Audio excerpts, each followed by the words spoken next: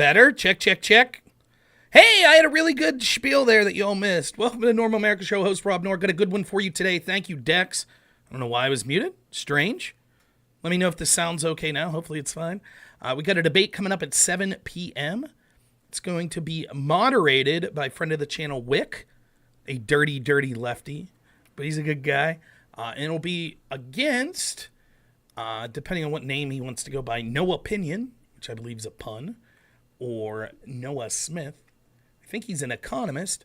He wrote a little blog post on Biden's presidency being good, and so we're going to be debating it. We're going to be debating Biden's record. I think it'll be a lot of fun. I think the debate's supposed to go like 2 hours, but if you pay attention and you're able to find, I'm sure Whick will have his channel up there to some degree. I think Whick's going to be taking questions from the audience as well. Now, I do believe I'm a little outgunned when it comes to supporters because at last look, let's see, just looking at X, I have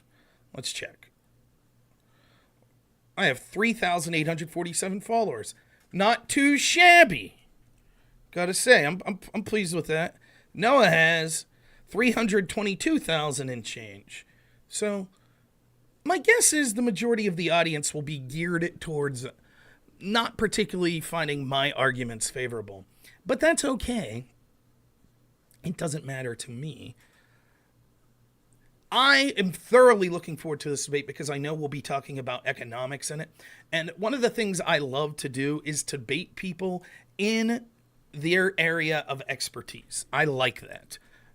I don't think it's as fun or entertaining if you debate someone that just has no idea what they're talking about. And so I'm looking forward to talking to someone that at least it's their field that they'll be talking about. Now, I don't think that we'll keep it exclusively to economics. In fact, I think economics will be roughly a third of the debate because the way it was explained to me by Whick, we'll be breaking down Biden's presidency in 3 ways: foreign policy, domestic policy, which will probably include most of the economic stuff, and then just a general category, which I would include sort of Biden's competency and corruption. Which is obviously the topic I like to talk about most, corruption in our government. So I'll be looking forward to getting to that section as well. My prediction for, my predictions for the debate is it'll be very data driven. I do believe that. Now I did do, some research, which is more than I normally do for these debates. So I'll give my opponent that credit. He got me to do a little bit of research, though I'm limited in my time, as people know. Today I was rushed along. I actually had a doctor appointment at 4 p.m. And so it went long. You know how doctor's appointments are. It went long. We'll say that. I don't know what they're going to do with my back here. I'm going to start physical therapy and stuff like that. So sort of a bummer, but positive to have a goal to shoot towards. Hopefully get my back better here. So wasn't really thinking of this debate much while I was at the doctor's office. Had some time to formulate some thoughts on my drive home, which was about 35 minutes. And here we are. So Kevin says, I would be scared of someone bringing up something I know nothing about in their field of expertise. I think part of it is just you have to be honest with your limitations. And so it won't behoove me to pretend to know things I don't. My prediction for this debate is his side of the debate will look at a lot of figures and data, which I'll go through data and figures as well. I'm not an idiot, right? So we'll be able to go through those. And he'll try to spin a story that everything's going good. Immigration's not that bad. The economy's pretty good. Foreign policy's pretty good. And he'll try to use a lot of data to say that. My position's going to be that his position is the Biden position, which is don't believe your lying eyes. Trust the experts when they tell you the border's secure. Trust the experts when they tell you you're wrong. It's not that you can't afford groceries anymore. Our data says that you can. And that's basically fundamentally what the difference in the debate's going to be. He'll be trying to cite a bunch of specific things and numbers. And you're able to do this if you're in a field and you have a deep knowledge of how to manipulate statistics within that field. For example, a competent baseball aficionado could explain to you exactly how the WAR statistic is calculated, the wins above replacement, and they could do that far better than you and go on and on and on about just how this metric's calculated, and then try to make the argument to you that, the second baseman for, Roddy Talese for the Pirates right now is a better player than Barry Bonds ever was.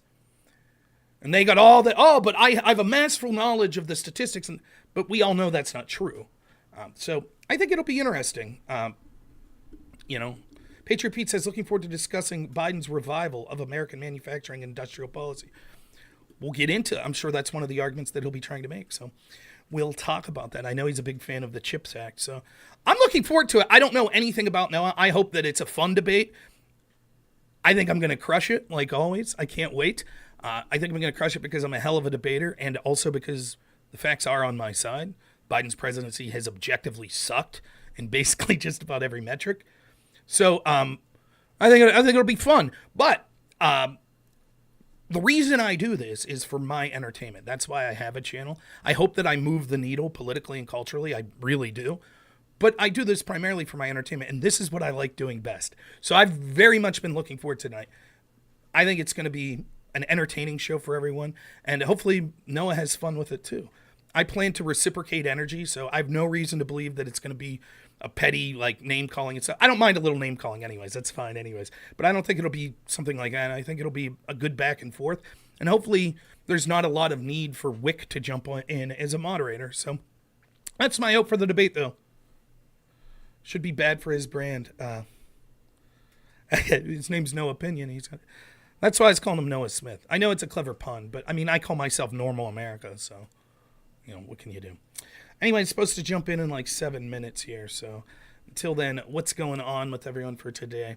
I am as uncomfortable as you could be physically going into this debate because my hip/back is screwed up. I think I have a herniated disc or a dislocated hip or something. I don't know.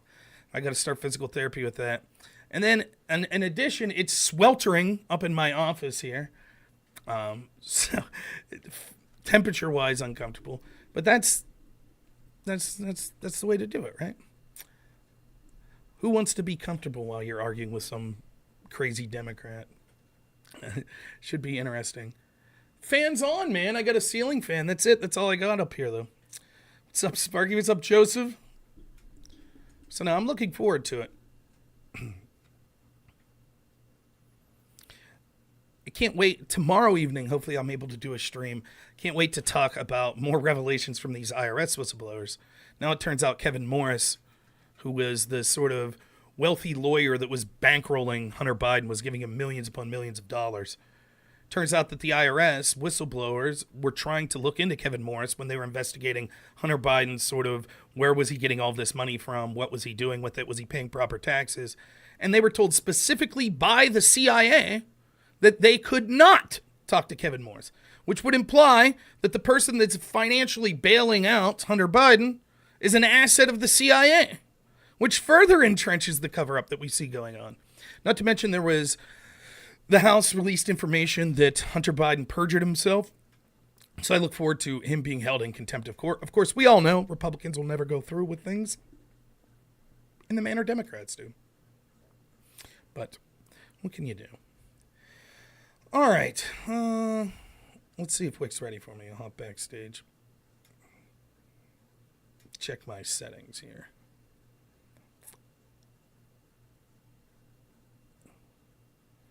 Here we go. Headphones. Yeah.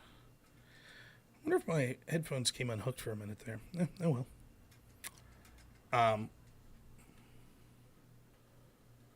I didn't get to, I'll be honest with you, Patriot Pete, I did not get to look a lot at the specifics. I just saw the headlines that Comer and the House Gov or Judiciary Committee put out. That Hey, said, how's it going, man? not much. Doing good. Give me 1 second. I'm live, so. Oh, look, I was going to greet you with my favorite slurs, but I guess I'll hold off for the time being. It depends on what they are. The terms of service allow some slurs. How's your dog? I love that picture. Man. Fair enough. Oh, she's doing great. She's sitting, hanging on the couch. I just fed her not too long ago. She's happy. She's still nervous, right? She's a rescue dog. I got her from a foster home, right?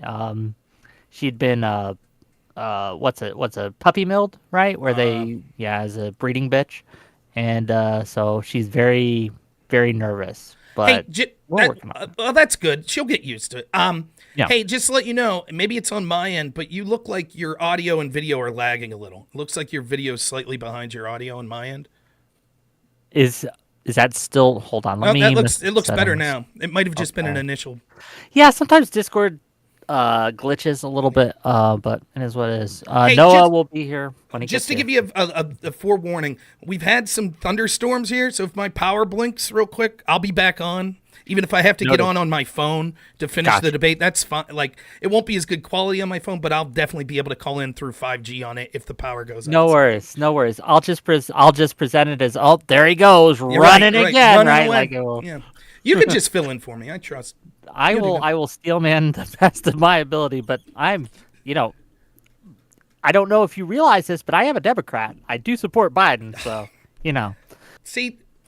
That I don't know what to say. No wonder your dog looks sketchy. That picture. Yeah. I had a dog, a cat once. We found it.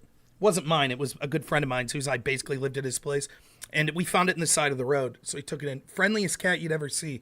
Anytime you would get a garbage bag out to like replace the garbage, it would freak out.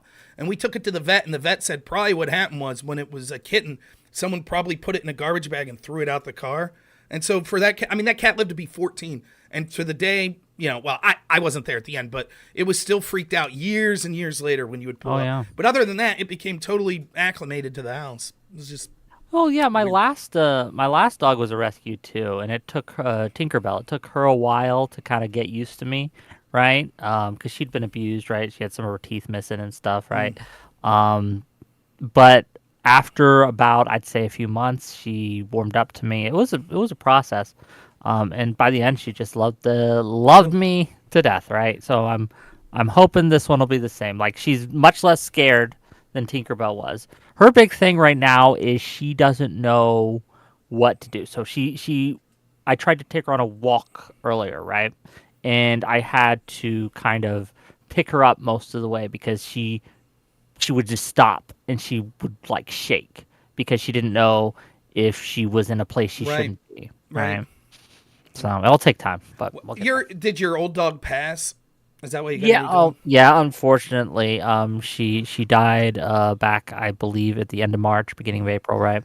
My dog's 14. I've spent like $3,000 at the vet in the past couple months, and it doesn't look like she's gonna make it another year. So we're trying to make her comfortable. It's weird too because I got my dog like 2 months after I started dating my wife. So my entire life with my wife, it's been me, my wife, and this dog. So it'll be hard. But you remember the times you had with them, the ridiculous situations. My little dog's a little shit. She's smarter than me. She understands there's no discipline in the house. So like she now pretends to be deaf, which I know she could, because if I like shake her treat bag, she'll come running. But like she'll be running in the neighbor's yard. I'm like, Annabelle, and she just like acts like she can't hear me because she knows she'd get away with it. They're clever. They're more clever than we give them credit for sometimes. Give me 1 second. Let me do a couple things on my tech end, right? Just one moment. I'm gonna go to the restroom, so I'll be. Yeah, do you think, man? Please don't violate TOS while I'm gone. Not on purpose.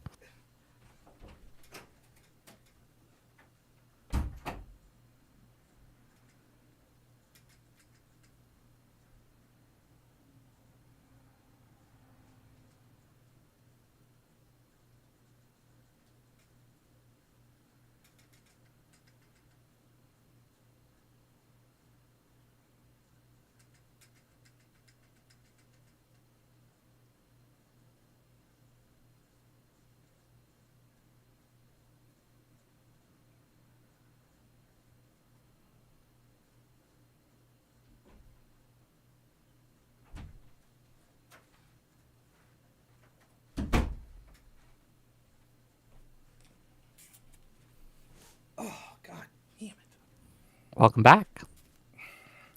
I think everything on my end is mostly set up, and now we wait. And hopefully he gets here soon and on time. He had to push it back, like I said initially, because he did have an appointment that he didn't. Well, I'm glad he did because I had a doctor appointment that ran late, so I'm actually just getting home myself. So. Well, good. Then it works out, indeed. But the Democrat's always going to be the last person here. That's just the way it works. Fair enough. Oh, you did read Did you look at his Yeah. blog at all? How familiar? I'm just really curious, right? How familiar are you with his work, right? Because he's one of the most prolific Substackers. He's got like hundreds of thousands of Substack subscribers and stuff. Oh, So I was now just I curious. never heard of him until you asked if Hmm. I wanted to debate him. I saw he had a lot of Okay. Twitter followers, so Oh yeah. good for No, him. he's been on a few on my show a couple times, Yeah. right? And he enjoys it because he gets to, in his words, not mine, test his persuasion ability, right? Is he going to So be a we're stick gonna in the see. mud or have fun? No Opinion is a pretty funny guy. Good. Okay, Good. he's more funny than I am. So he's a great guy. Good. I like him. I'd hang out with. I'd get a beer with him, right? Like if he lived anywhere near me. But Speaking of which, I'll message you here again about trying to do something in person. oh yeah, I don't know if you I'm we hoping like a Trump rally or something comes through, or yeah, something, we're right? geographically in the same hemisphere, so we'll see if we Indeed. get something done. No, I think it'd be fun. I've always wanted to do more like live in person stuff. Life's so crazy. Like right now, this is what I'm dealing with for work. I do home health care, so I just did an 11-day stretch where I was gone 24/7 for 11 days. Then I had to go to the doctor because I hurt my back at work, and it turns out it looks like I herniated a disc. So then I've got to start physical therapy. Tomorrow I was supposed to go to take a client to a Pittsburgh Pirate game, and I can't do it because the doctor's like, dude, you can't walk around Pittsburgh. Like, you have to basically stay stationary for a week until your physical therapy starts. So it's like, that's just an average slice into a week of my life. Just the stupid, that's not to even mention my awesome kid that keeps me running amok. So it's tough to find time for stuff like that. But, we'll make something happen. I think it. Yeah, like, and again, it doesn't need to be us doing a tour, right? We could Right. set up a booth or something, right? There's all these options, but we'll figure out. We'll get something. But I understand like needing to not be as like in motion as some people Well, are. this streaming's a young man's game. True. You know what I mean? It really is. I feel like it's like anything though. Like I have a bunch of friends that are truck drivers, older guys that are truck drivers, and they don't like doing these like, state line, 3-day gone from home trips. They're like, that's stuff you did when you were 25. They Now got that you're families, 60, they got- yeah, yeah. you got grandkids. You don't have time. Streaming's the same way. Like if you don't have time to put into it, it's hard to build consistency. That's why for me it's just a hobby. But if you're trying to make a career of it, you got to be consistent. You got to be putting content out. By the way, congrats! I saw you've been putting out a lot of content. You got Destiny coming on tomorrow, right? Oh yeah. Didn't you have a debate last night? With Hutch and I think Josiah from Pondering Politics. Yeah. Josiah's like blowing up, Yeah. right? Like I remember him being on my show and we were equal in subscribers, right? We had about the same. And then one day he just popped off. So Hit that algorithm. Yeah, That's how yeah. you got to find that sweet spot. I'll never find it because I'm a righty. You don't find it You as know- a righty. Yeah. Come on, we got a lot of right wing, right, or century moderate people that go off and they blow up. Look at Joe Rogan. Joe Rogan's maybe not super right, but he's more right than you'd think. He's a lefty, right? But Is yeah, he definitely is. He's a left winger that has anti-establishment left wing views, but he's a traditional like Bill Clinton type Democrat, I would say. But even that, like, of course there are the exceptions, right? There's going to be the people that like Joe Rogan's Joe Rogan, Tucker Carlson's Tucker Carlson, right? But when it comes to my advice is if you want to be a streamer and get a lot of people and do politics, be a left winger. And if you're going to be a right winger, then you have to be MAGA and never deviate. You have to defend everything Trump does to the hilt. Because I think that's true in left wing circles too. Like you have to, like I would agree with you if you said you have to be a cheerleader. You have to be a cheerleader for a side. You just have to. Yeah. If you want to get super big. But I You don't know can't- that that's true. There's bigger left wing streamers. Like, do you think Again, Destiny? there are outliers, Yeah. right? And I think that the October 7th stuff, there's been a fracture, You're right, right. over that. But at least in the last 5 years, every time I go and do more kind of like red meat stuff for my base, if you will, I get a lot more viewers than when I do the okay, left versus right. Let's actually look at this and we'll see what's going on and do the more nuanced stuff. Yeah, that's true. Every For time. me, the only reason people watch me is the debates. So I usually have more people that watch when I debate. So my debate, I don't know. Normally I think it's funny because I think that I'll debate right wingers. Like I've debated the white nationalist crew, I've debated the Christian nationalist crew, right? But I have this perception in left-wing circles where all they see me is debate left-wingers that I'm like the most far-right guy there is, which I don't think is true at all. It just so happens that I push back. And I think a lot of left-wing audiences are used to right-wingers that are either A, sort of centrist like Connor. Connor will push back. He's an effective debater, but he's more of a centrist, I would say, than a right-winger. He's more moderate than you, certainly. Yeah. I don't know if I'd call him a centrist, but he is absolutely more moderate than you. And then, or you get the right-winger that's just a pushover, And so when I go on a panel, and it's 4 right-wingers versus 4 left-wingers, and the other 3 right-wingers are all like, yeah, I guess, or they're just memeing their way through it. When you look at the comments afterwards, the left-wing audience is going to be like, I liked Connor, and I liked that guy that was memeing, but Rob's what a piece of garbage he is, And it's like, okay, that means I'm doing well, so I enjoy that.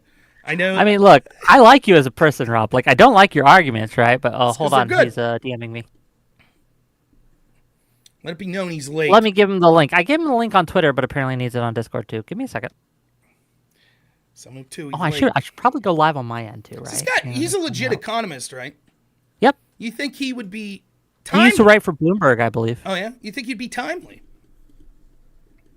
That would be my guess.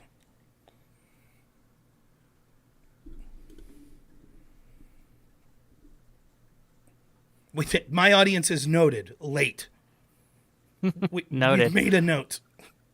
Let me go live on my end too. Sure. No problem. I'll be quiet. You don't have. Not yet. Once he gets in, I'll do my spiel. Okay.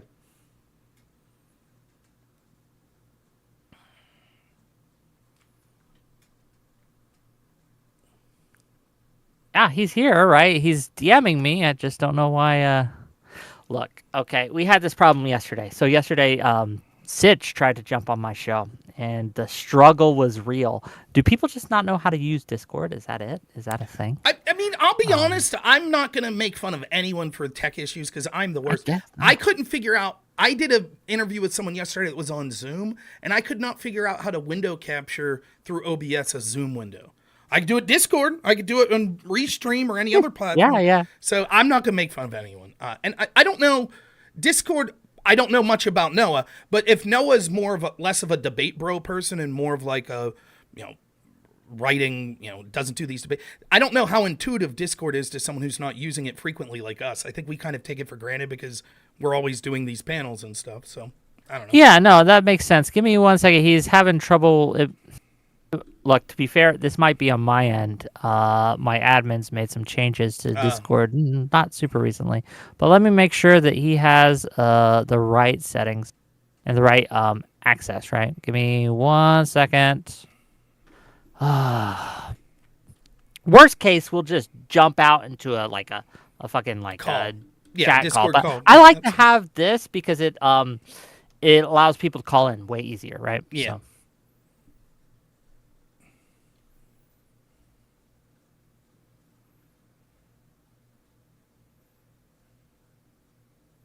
Here I am. Look, this is karma, right? I'm making fun of Sitch for oh man, he was having so much trouble. And then here I am struggling with these.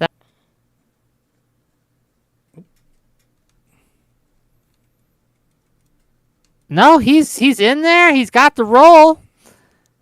He joined 6 months ago. He hasn't left since. Okay, I don't know what the dealio is.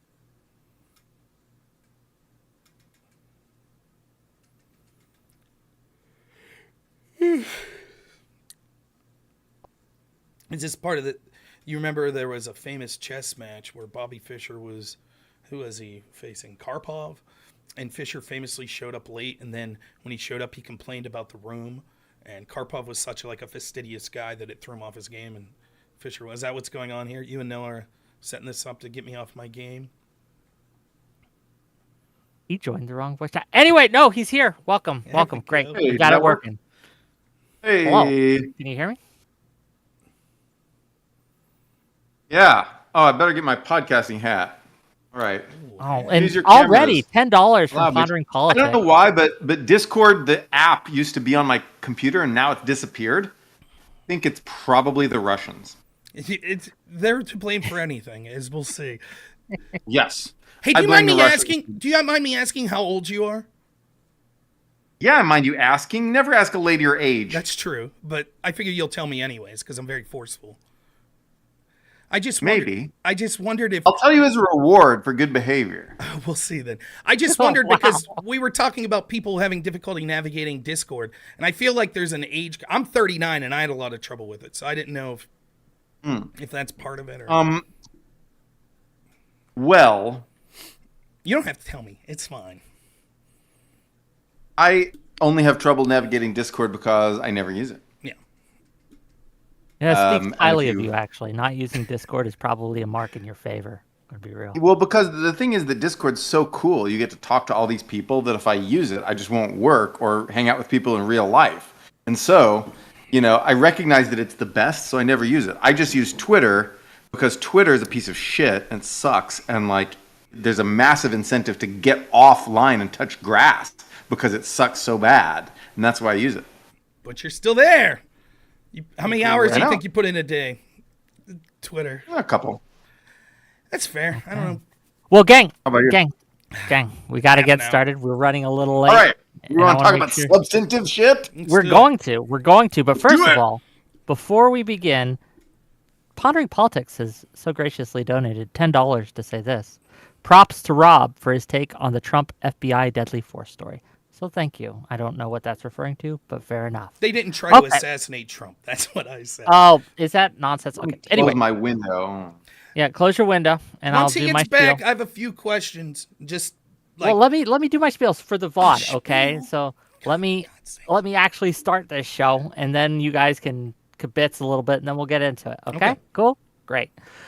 Welcome, one and all, to yet another episode of Whick TV, a cross-ideological space where we come together to talk about issues both political and cultural, from the silly to the serious. And my friends, gang, have we got a show for you today. No Opinion, who writes for the blog of the same name on Substack, will be facing off against robnoerr, who has a wonderful YouTube channel, strong defender of right-wing views, and they're going to be talking today about the Biden presidency. Recently, No Opinion wrote a bit on his Substack about the positive case for Joe Biden and how he has been a successful president.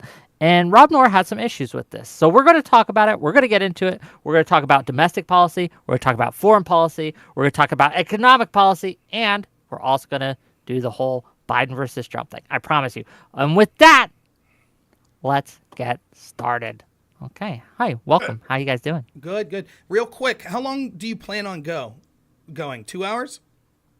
Hour and a half, 2 hours. Okay. Depends It how just your affects guys' energy. Yeah. what type of arguments I'm going to bring up. That's fine. I don't have a time limit as long as it's. We want the long ones, Rob. Let's do it. Let's keep it long. 5-6 hours. Oh, no. I do have to go to bed at some point, right? But we will get into it. Where do you And live, maybe Whick? if you guys behave, right, we'll have call-ins at the end. Wait, and Whick, will I have be a question reading- for you. What's up? I have a question for you. Are you pseudonymous or is your real name known? My real name is not known. It is a mystery. It's not I known. go by Whick because there's a lot of psychos online. I don't mess with Got it. So it's not like Destiny, whose name is I don't remember, Steven something. Stephen Bennell? No.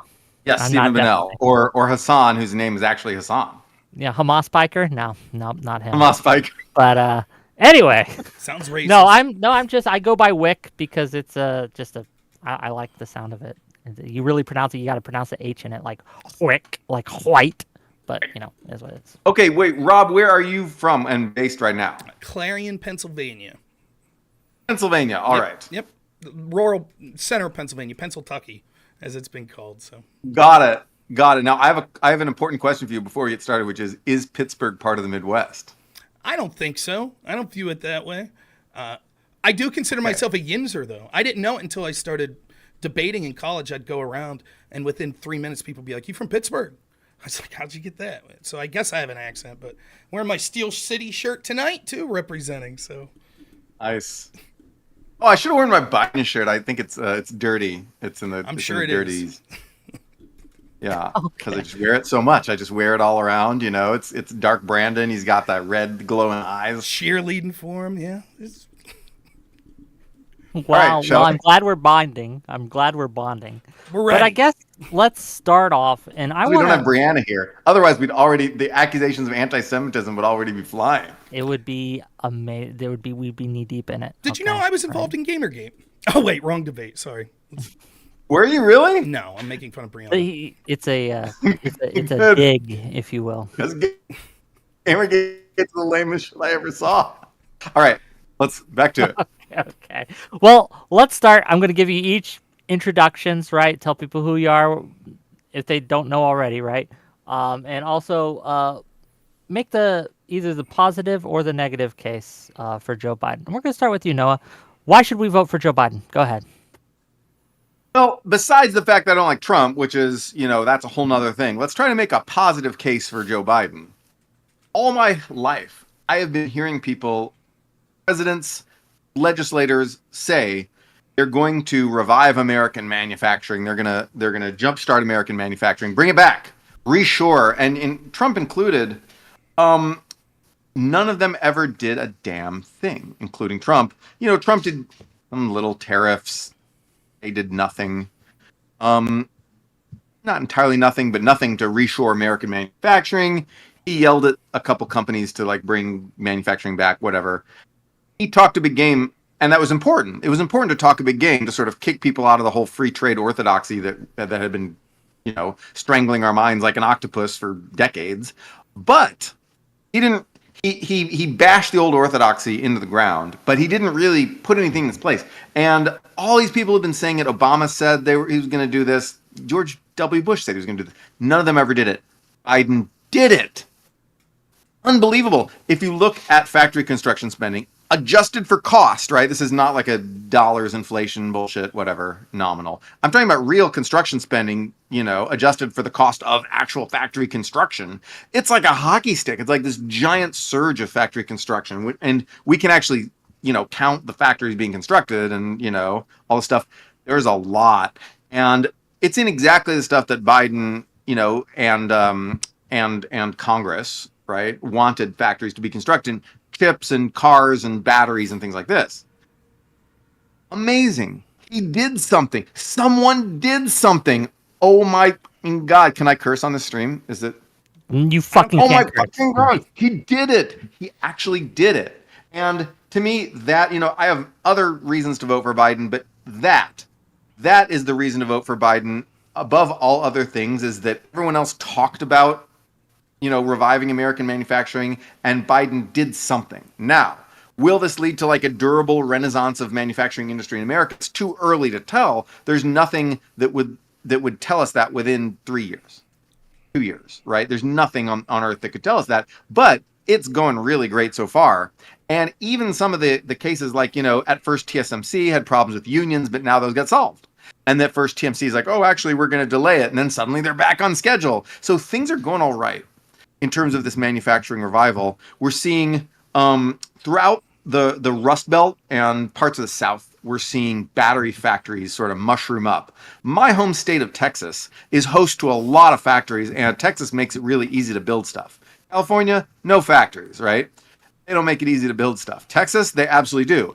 Alabama, Ohio, Michigan, places like this, Indiana, Arizona, there's factories going up. And so this is to me, this is what Biden did that was different.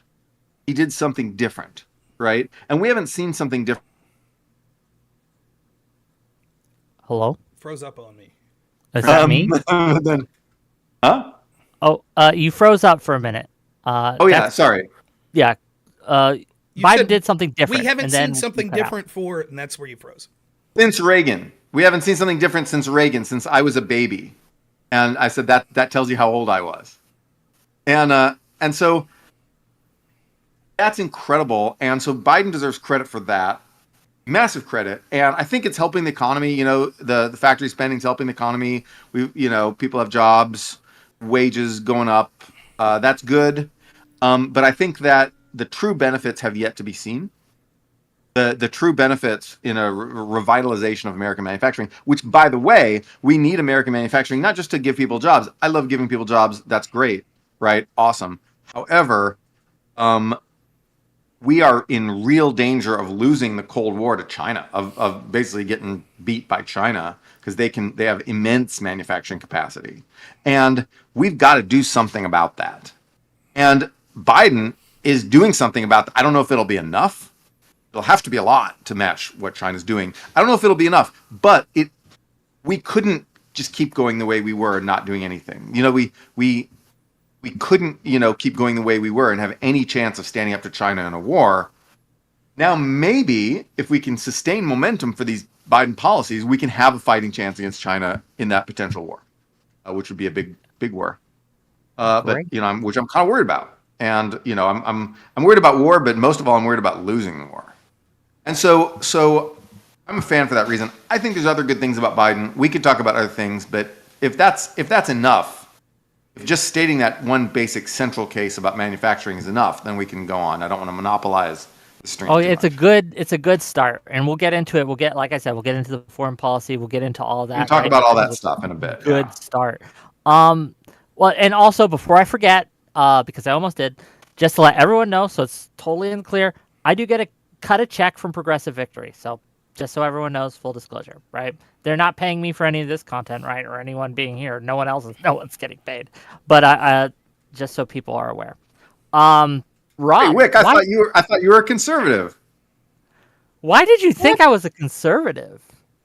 I guess because when there's no one else to argue with Brianna, you just argue with her a lot. Yeah, I mean, like I have substantive disagreements with Brianna Wu. Fair enough. All right. Anyway. Yeah. Rob, the more you know. We don't even know your real name. You're a man of mystery. You wear a raincoat. We don't even know who you are. You're in this mysterious raincoat. It's a wizard's robe. A raincoat? What? This is a wizard outfit. Rob, if I was you, I'd delay my opening to reference Whick's great wardrobe. So originally the topic was given to me was Biden's presidency, whether or not it's been a success. It doesn't matter. It's all the same. Biden vis-a-vis Trump, whatever. On the point of whether or not Biden's presidency was a success, I think what you'll see throughout this debate is basically the Biden administration's stance, which is don't believe your lying eyes. They're going to tell you the border's secure. They're going to tell you the economy's humming along. They're going to tell you that they've had massive foreign policy victories. And yet everyone who's remotely looking at this objectively can see that these things aren't true, that that's not the case. That people in this country are suffering, that they realize that they are not the priority of the Biden administration, or for that matter, even establishment people in the Republican and Democratic Party, and that life is getting worse in a litany of ways and getting more dangerous. And so that's the case I'll be making today. There's three areas that we could focus on primarily. The first would be foreign policy. Now, a lot of this, I will be fair, I enjoy debating people that are strongly opinionated and researched on something, so I will use a lot of the arguments that Noah made in his piece that he wrote. Foreign policy, for example, he talks about how the Afghan withdrawal was something that was good. Anyone who follows me knows that I supported withdrawing from Afghanistan. I think that was the right maneuver. However, the way in which it occurred was a disaster, unmitigatedly so, and I hope we get to talk about it. So it shocked me that Noah said that he thought that pullout was done pretty effectively with only 13 American soldiers dying. It was actually a way worse thing than that. So hopefully we'll talk about that. We also see just today, we see that we're pulling out of Niger and giving our base basically to Russia. We can see that there's increased Chinese aggression. We see that we had historic peace deals in the Middle East under Trump, and now we see historic fighting that we haven't seen for years and years. And it seems as if we're on the cusp of World War III, all the while Biden's policies seem to exacerbate the situation. I have to go get a thing. Hold on. You want me to wait so he can hear me? I don't know what he's getting. Like, is he getting a drink? I'm not sure. I don't know. But Help? We're here. Is he getting someone to help him? I don't know. Maybe a bunny.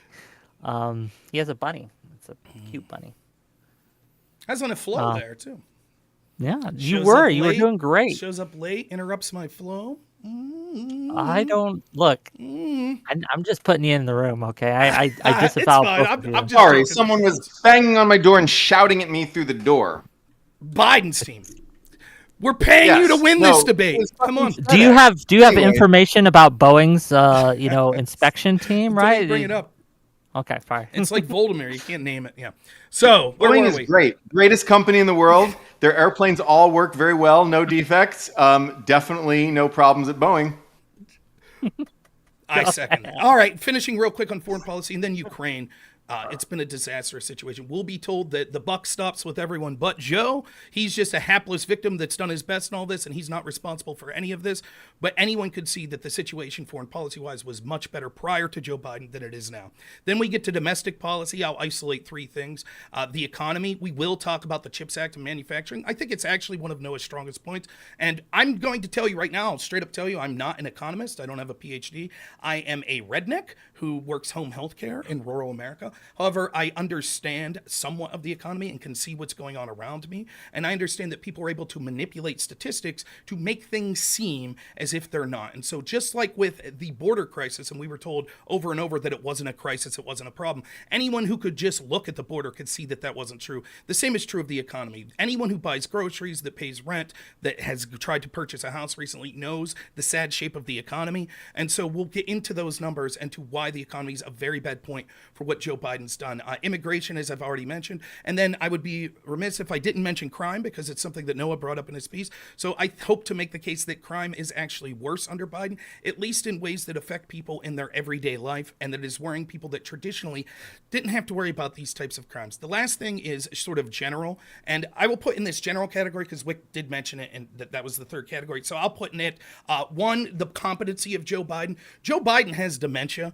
Joe Biden is so out of it that it's not him, it's his handlers that are running things. So much to the point where he was let off the hook for mishandling classified documents because he has dementia, according to special counsel Robert Hur, basically. And now they're unwilling to release those tapes because they know if the American people hears what Joe Biden's really like behind closed door, they will not vote for him, because it is sad how incompetent he is. I do actually feel bad for him as an older gentleman that's suffering from this. He should be spending time with his kids and his grandkids, but unfortunately he doesn't even accept his grandkids as long as Hunter has some sexual tryst that it doesn't benefit him politically. There's also the ideas of corruption. We can see that he's targeting people, like his administration is targeting parents at school boards that he don't like, targeting people that he doesn't like online for mass censorship, targeting his political opponents such as Trump and a bunch of lawyers that are going after him. I know that we'll say, no, it's not just him, it's the DOJ, it's operating independently, but we'll get into how that's not the case. So for all of these cases, I can't think of one metric as to which the Biden presidency has been good for this country. So to answer the question, has it been good? No. We are worse off now than we were previous a Biden presidency. People are struggling mightily in the areas that I've outlined before. And to answer whether or not we should prefer him or Donald Trump, although there are a lot of things that we could criticize Trump for, and I'm sure we'll get to some of those, especially on the economic side that we'll get to in this debate. I'm sure there'll be agreements between Noah and I think that he is unquestionably preferable. To me, the biggest issue is corruption. The fact that we have institutions that put their thumb on the scales of our democracy, such as the FBI, that since the time that Trump came down that escalator have been going at him lock, stock, in collaboration with the Democrats and with establishment politicians, is the biggest threat to our country. Noah and me could have a passionate case about whether the CHIPS Act's good, whether manufacturing and free trade needs to increase, etc. But if our votes don't matter because they're intel agencies, academia, mainstream media, etc., that are collaborating to put their thumb on the scale, then it won't matter who comes out in those debates. So the best chance we have of getting a government in both parties that actually represent the actual people in this country is to out this corruption. And the best way to start doing that is to vote for someone who is at least a potential outsider who's been attacked by these very institutions, which would be Donald Trump. Okay, and with that, it's open. You guys can discuss, and a lot's been said on both sides. Go ahead. We could, if you want to start. Sorry, go ahead. I was gonna say, I just decided to start with something, simple, like a one point, because whenever there's like this laundry list of points, I feel like, oh my God, like there's just, it's just so many talking points. I feel like the sort of partisan, anti-Biden shouters and the partisan anti-Trump shouters, assemble this list of talking points, like Hunter Biden. Who gives a fuck? I don't give a fuck about Hunter fucking Biden. Well, I know you don't. But it's always on the list. It's got to be on the list. It's got to be, because you got to name everything. Benghazi. What the fuck was Benghazi? I didn't say that. I don't know what that was. I know, no one said Benghazi. But my point is that that was the list of another year. Okay, the last time they made the standard list. There's a standard list of talking points, and I can rebut the individual talking points. Of course, crime is down. You want to start with crime? Of course, crime is down. You want to start with crime? We can. Yeah, let's start with crime. Okay. But the point is that there's just it feels like a dump. It feels like like a dish data out? dump, like you write a bullet point list and then just dump it out. And I can't do that kind of debate. I have to debate like, point by point, like this, like I can't skip from like, Hunter Biden to like, Afghanistan to this. I'm gonna have to debate point by point, is what I'm saying. Okay, so let's start with we'll do point by point, but we'll start with crime. That's fine. But if I could rebut what you're saying here, have you ever written a book? Well, I'm writing one now, yeah. Okay. And in the book, do you have things like an abstract, an overview, things like that explain what the book's about? No, you do that in a scientific paper. You'll have a thing that say in section 1, Sure, I do this. In section 2, I do Books this. do the The same problem thing. is that you can't. No, you don't do it with a book, but you do it with a paper. But the point is that when you have that, you can go reference that back. Whereas when you talk, it just sort of runs by in the stream, and I'm just like, oh my gosh, now this is gone, now we're on to the next. Well, the point is when someone asks you to give an opening statement, it is in effect an overview. And you're going to outline briefly all of the reasons you have for endorsing the position you do, which is what I did. I'm more than happy to go point by point on any. You chose to just I don't focus care on one about issue. opening. Right. So you want to talk about just crime? We can I have more. I don't just have, I'm just telling the audience, I don't just have one single point to make, even though I made one main point in my opening statement. I'm saying that's just how I think about things. But I'm happy to go through a laundry list of points. I'm happy to address every single point from that list. If I can remember them, which I can't, I can remember like 5 out of the 28. But like, 3 let's go categories: back. foreign policy, domestic, and sort of ideas of corruption. You want to do domestic? I'm just explaining why my statement was different. Fine. But okay. All right. Here's the We're thing. good. Let's start with crime. Since you guys both want to start with crime, let's go Okay. crime. Okay, Here's you my said thoughts it's about down. crime. Go ahead. Crime is way down, but here's why I think that.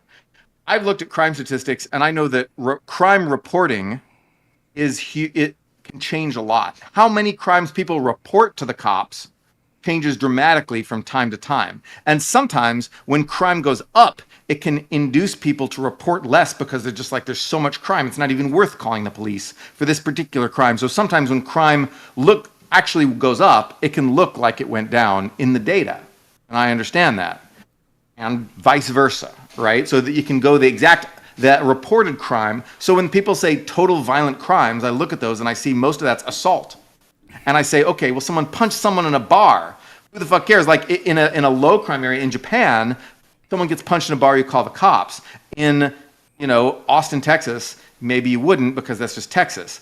In like Baltimore, no one will call the cops for like someone getting punched in a bar. So the point is, I understand that reporting statistics, can change dramatically, which is why I always look at murder specifically, because when there's a dead body, it never gets covered up unless you're the mafia and you can drown a body in a pit of acid. But the dead body will be there, and someone's going to call the cops, and the cops are going to record it as a homicide, right? Once in a while, they'll misclassify a thing. They'll say, oh, this was a suicide, or, like natural causes. Occasionally they will. But murder statistics are really good because they all get reported. And so I look at murder, and there's a number of sources of murder. So there's cities that report to the FBI. Sometimes they report, sometimes they don't. The ones that report, you can tell. There's victimization surveys where you say, do you know anyone who's been murdered? There's other things where there's people who actually go and call every police department and say, how many homicides did you record this year?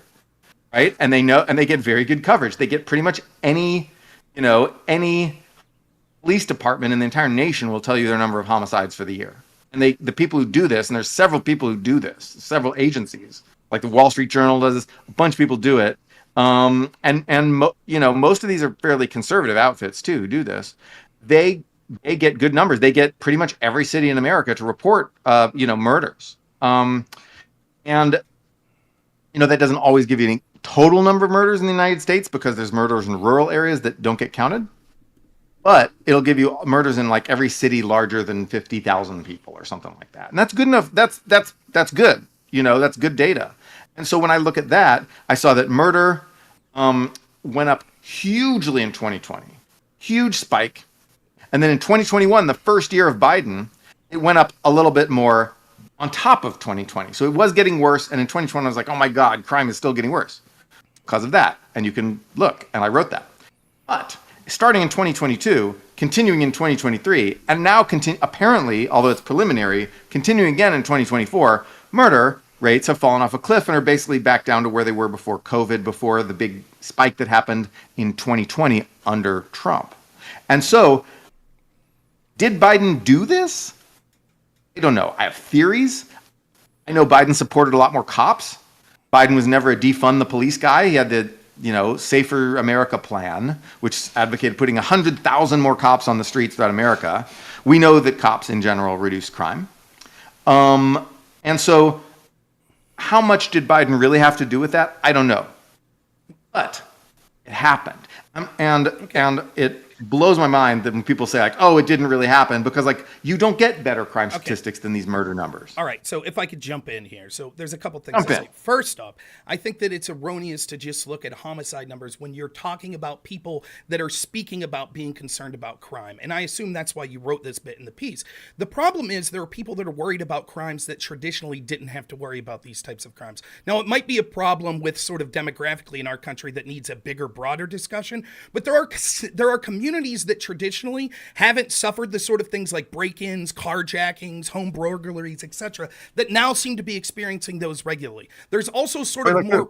What's that? Can you be more specific? Yeah, I'm interested in that. Can you be more specific? Right. So like we're seeing areas, more affluent areas in places like Los Angeles and other places like DC, neighborhoods that traditionally, for example, we now see a fear of people that work on Capitol Hill that said, traditionally, I didn't have to worry about walking home from work before, but now I feel like I'm more likely to be a victim of random crime. And we can see crimes like carjackings, property crimes, things like that. And this is important because it has to do with the sort of ideological difference between what the Democratic Party and what the Biden administration is representing, which regardless if Biden wants to bite this bullet or not, you could say, well, he was pro-police. It is from his party, which he is beholden to, that we see all these Democrat DAs that are doing things like bail reform that are putting people back out on the streets. And so it's not just a matter of homicides or even these crimes. It's the fact that people are seeing that there's almost immunity for many low-level criminals and even violent criminals at this point, and it seems to be more random. The second point to talk about the homicide stats specifically, if we're just looking at the homicide stats,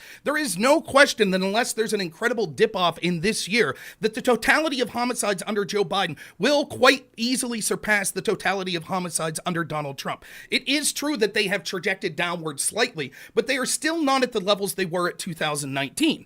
So, for example, if you look at the 2023 numbers, they're still considerably higher than the 2019, and it looks as if if the trend continues, it'll still finish above or around the 2019 number at this time. So taking those 4 years in whole, we could see that actually that shows that there was actually still more homicides under Joe Biden. So that doesn't seem to be a positive to vote for him. The last thing I'll say on this particular point is the idea that we should just use homicide stats because they wouldn't be able to be as easy to sort of game isn't necessarily true. So I found this article from Real Clear Investigations. It says, well, FBI stats show declines in violent categories. The Department of Justice surveys, that's the Violent Crime Victimization Survey, reports more people saying they've been the victims of such crimes. The Center for Disease Control figures for homicide, which have long moved in the same direction as the FBI's, started exceeding the FBI's in 2020, and the gap has widened since then. Quote, I wouldn't say the FBI's cooking the books, but that data they are pulling out is half-baked. In other words, when you look at the crime victimization surveys, which the most recent data we have, I believe, is 2022,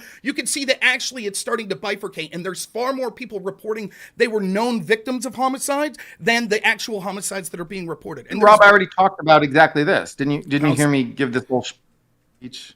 No, I didn't. I heard you say that you said that it's people that know victims of homicide.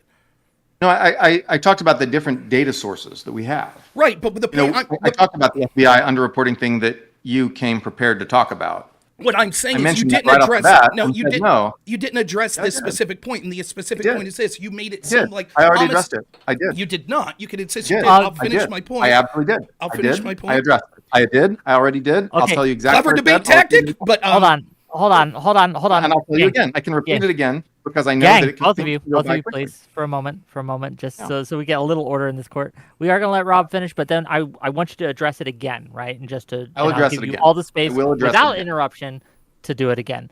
Rob, Okay. finish your point, and then we'll go to Noah. Seemed to me his point was, although those victimization surveys could be outliers from the actual FBI and other crime statistics, homicide was a better metric to use because if there's a dead body, there's a dead body. What I'm saying is the crime victimization survey shows that there are a lot of dead bodies that possibly aren't showing up on those official homicide statistics. Okay, Noah, what you got? Well, okay, so yes, there's some cities that aren't reporting to the FBI, as I said. But there's other data besides victimization surveys and FBI reporting. Victimization surveys take a long time, which is why we don't have them for the last 2 years.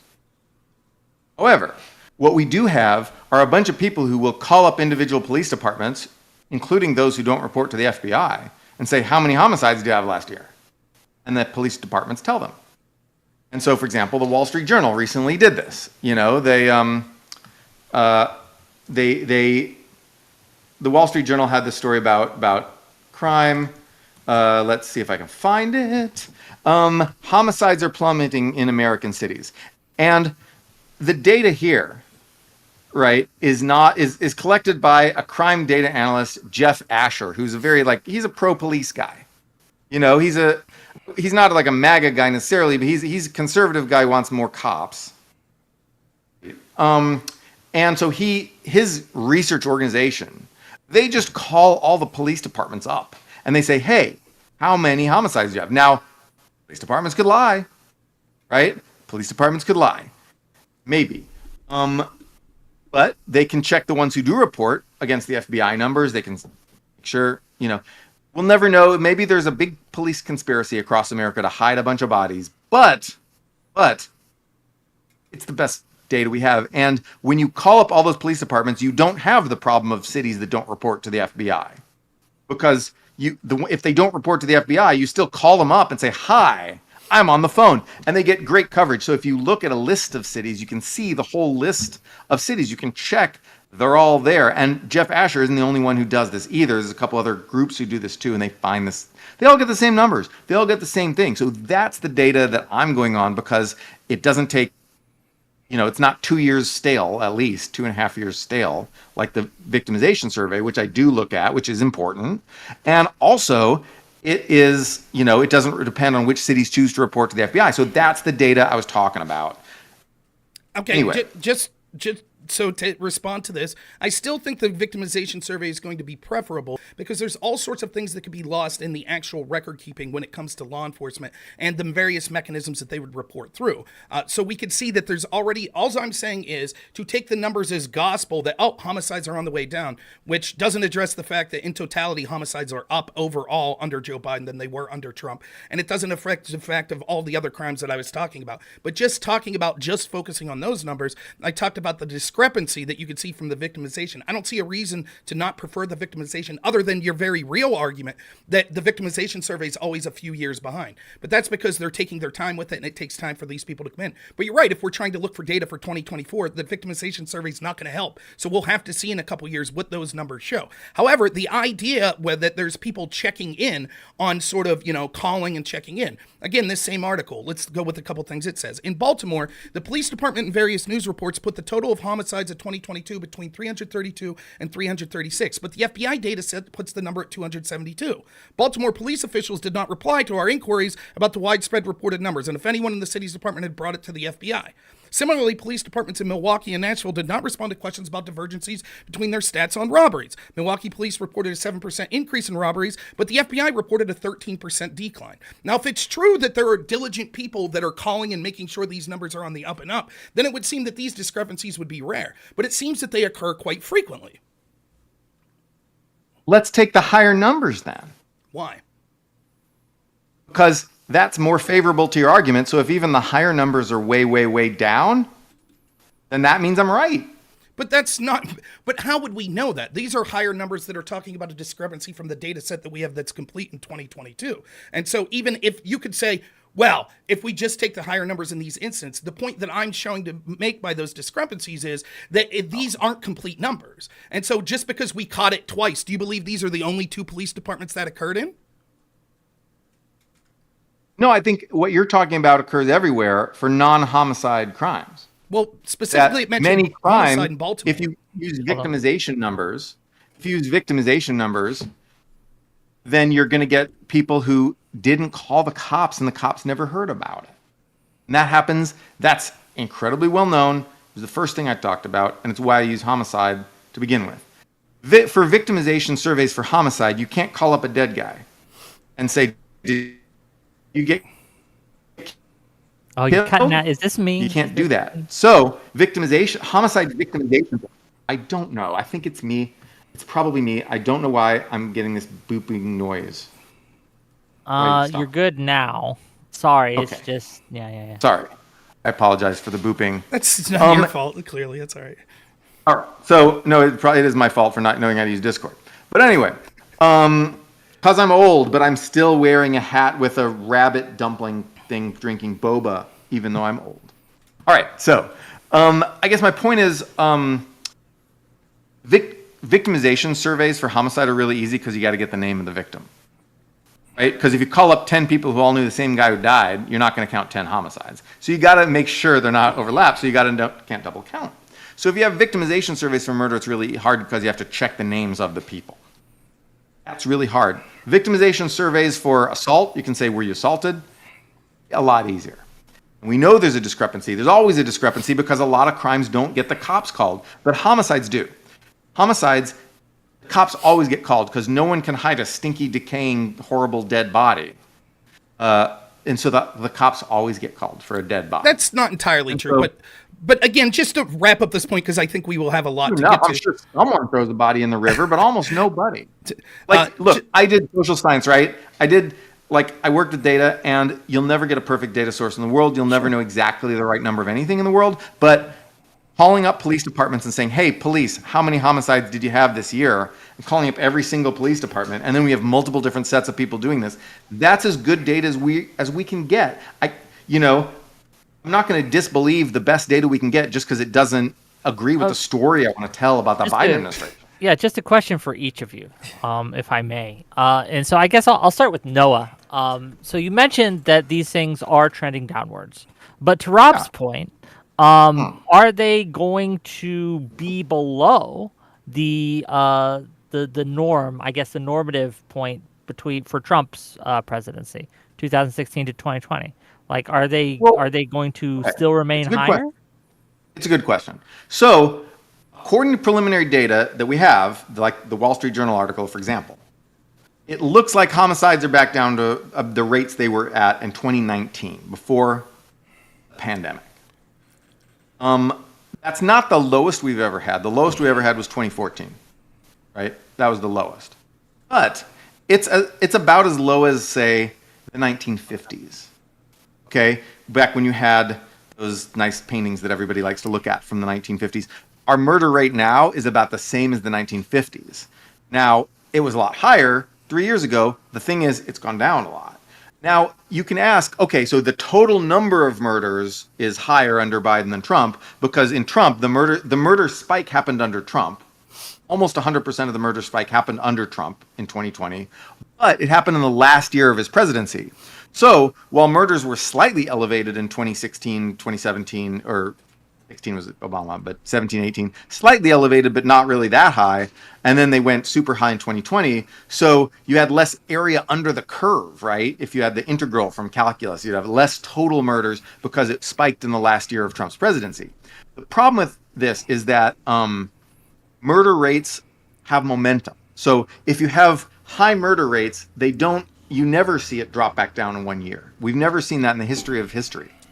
Murder rates that are high take years to go back down. It has to go slowly down. We don't know why. Our best guess is that murders cause people to do more murders. But we don't really know. And you can read a whole bunch of criminology papers about this, but we don't really know why murders have this sort of momentum to them. But you had this giant spike in 2020. Then you had a much smaller increase in 2021 to the peak. So 2021 was the peak year under Biden. Then you start to see the giant drop off. And that's good. We can't, given even in the 90s, right? Like I was a kid in the 90s. Now you know how old I am. I was a kid in the 90s, and I saw this giant drop happen from the super high crime rates of like 93, right? That was like the peak, was 93. Then really fell off a cliff. But it still took 6 years for it to get down all the way, from that level. So it takes time to get down. And the fact that it's been plummeting under Biden, while in general it rose under Trump, to me, that direction of change is the important thing. And if you want to say, oh no, actually there's more total murders, I'm just like, okay, who did murder spike under? When did the murder spike happen? It happened when Donald Trump was president. And I can't tell you that Donald Trump caused the murder spike, because I know the president doesn't have psychic powers and make everyone go out and murder. I'm not going to say that. Or does he? No, I mean, I think there is a chance that social unrest caused this, and that people getting upset, over social stuff, protests and riots and things like that, which was not unrelated to Trump, I will say. I think that was probably the big cause of the murder spike. Okay. I want to give Rob. Be nice to get in here. Been about 15 minutes. Yeah, Okay. Yeah, I want to give Rob a chance to respond to that, and then I have a question for Rob. Okay, so. Yeah, the totality of murders is higher under Biden than Trump. You can spin about directionality and all that stuff, but that's just the truth. A lot of the murders, the reason for it, my best guess would be, and granted, I don't have proof of this, has to do a lot with social factors, demonizing the police, etc. And despite the fact that my opponent will say, well, Joe Biden's always been pro-police, it is his party that was anti-police. It was Kamala Harris that was doing things like promoting a bail fund for people after they were burning down a courthouse. It was Democrats that turned a blind eye to all of the violence that was occurring. It was Democratic governors and mayors that insisted that the National Guard not be put in, the police not be put in to solve all of the unrest and violence. And even though that might not directly have led to homicides, though it did, I think there were some 40 people that were killed during the Summer of Love, that certainly set the tone for what was going around the country. And so certainly you can't blame Trump for policies and philosophy of Democrats that encourage this hatred of the police, which led to this spike in stuff, particularly then when we see in totality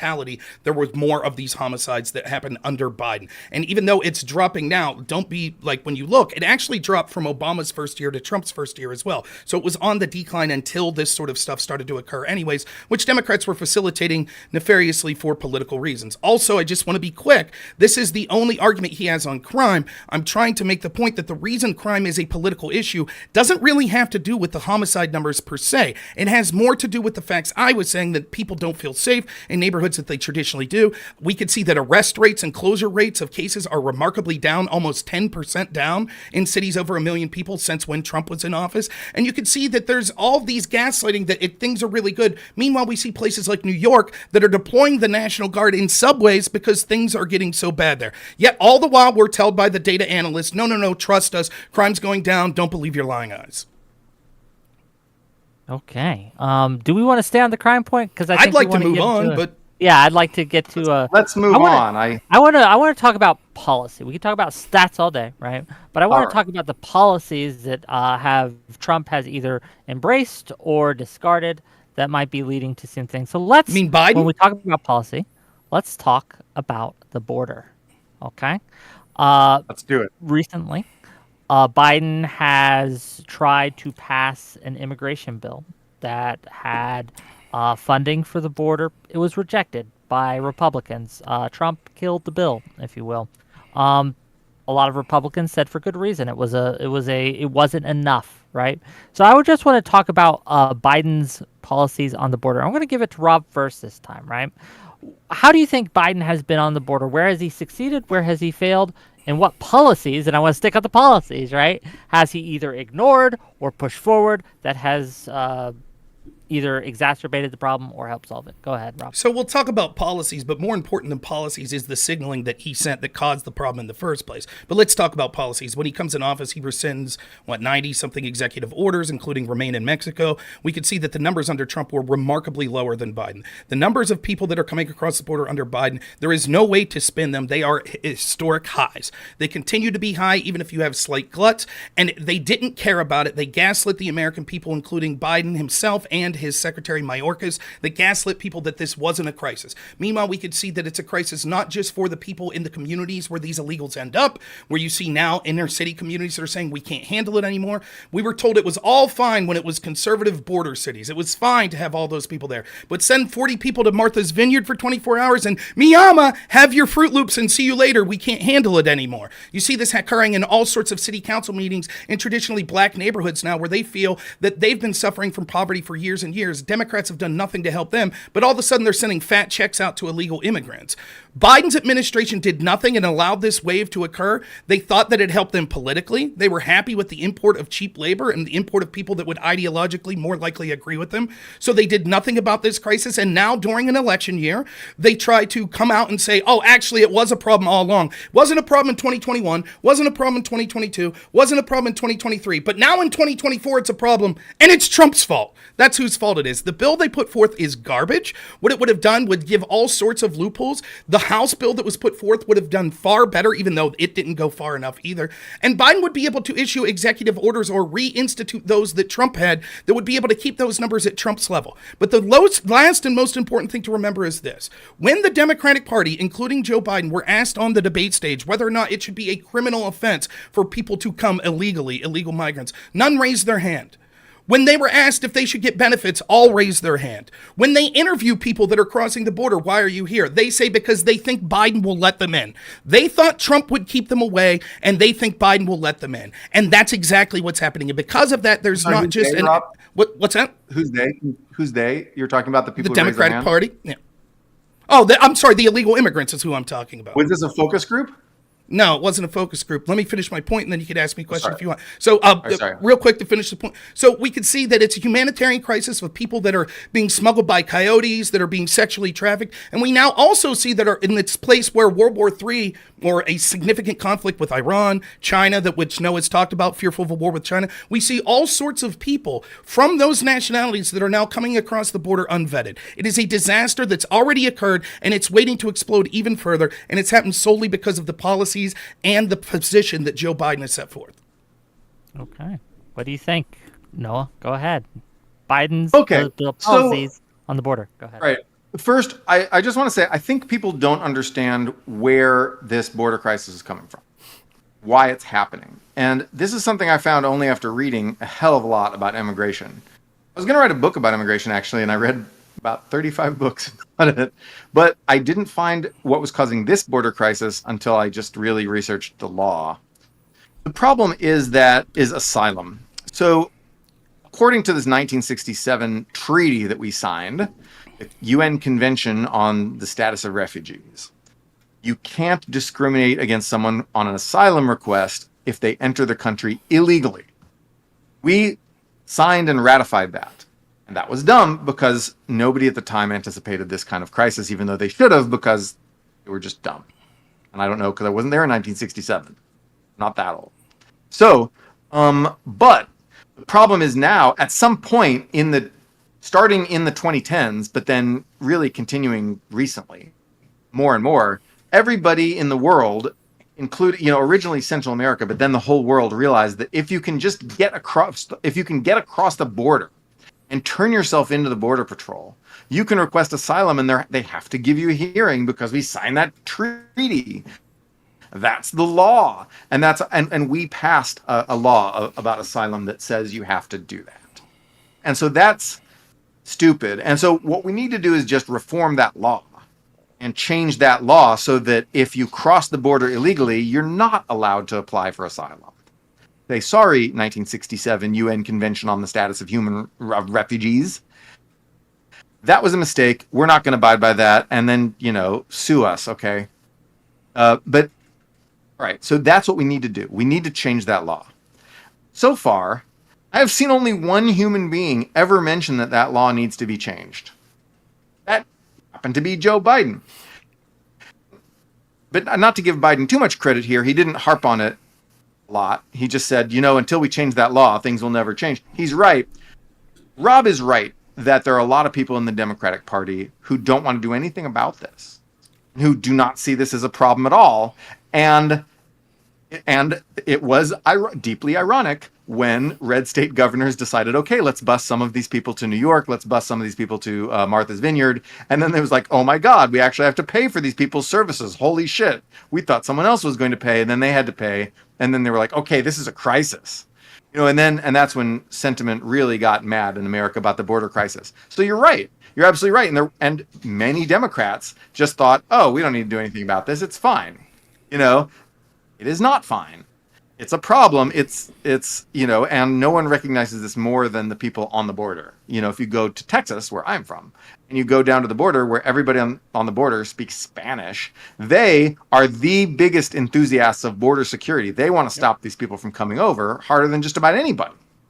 So I'm sympathetic. The border crisis is a crisis. It's because of a shitty law that not enough people care about fixing. Now, Republicans, I have not seen any Republican propose to fix this law.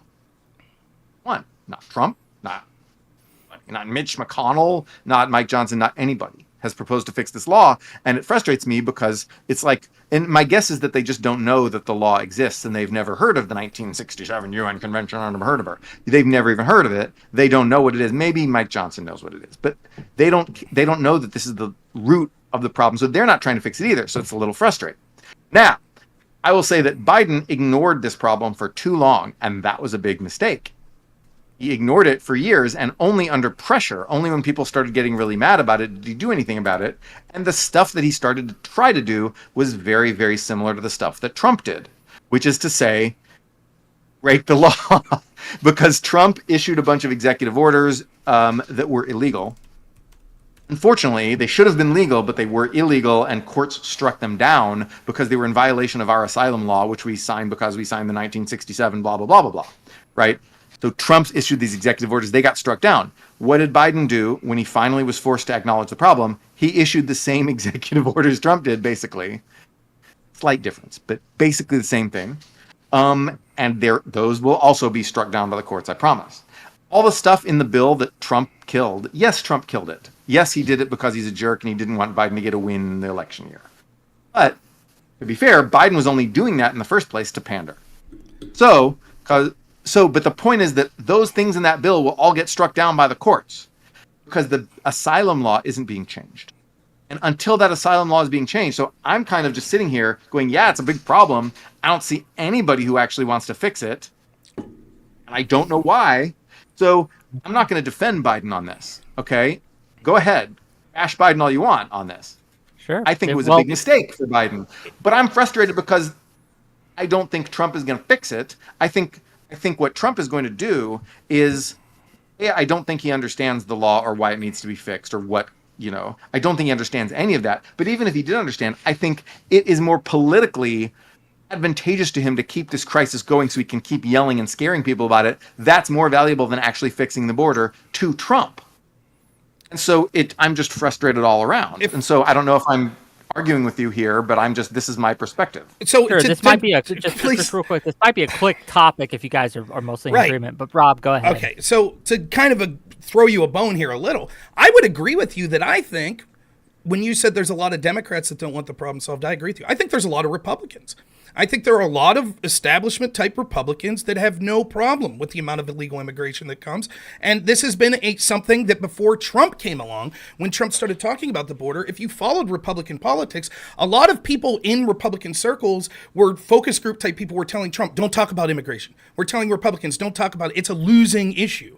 Don't talk about it. And so Trump was the first person that really put a focus and a national spotlight for president on this particular issue. So I agree with you that there are Republican, I will give you a bone if you say there are Democrats. I think there are Republicans that feel the same way. The question is, we're deciding whether or not the Biden presidency has been effective. And on this question of immigration, it clearly hasn't. It's been a disaster. You point to, well, it's because of these international asylum laws that we signed on to, and they need to be revoked. But I don't disagree. I would have to look at the specific law that you're talking about. Possibly that is something that would help. But certainly there are ways to interpret the revocation. Like we could restrict what asylum means to us, or we could just flat out ignore what the international law was. That might not be the best, but the United States has done it before. We should. And we're in a crisis in our country. And so the question I have for you is, if it's purely because there's nothing that could be done because of this law, this international law, why the spike under Biden? Let's bring a couple of reasons. Number one, what you said, everyone thought, oh, Biden's nicer on immigration. He's not gonna throw us in the camps or whatever the hell. Reputation, I think, was a big thing. Number two,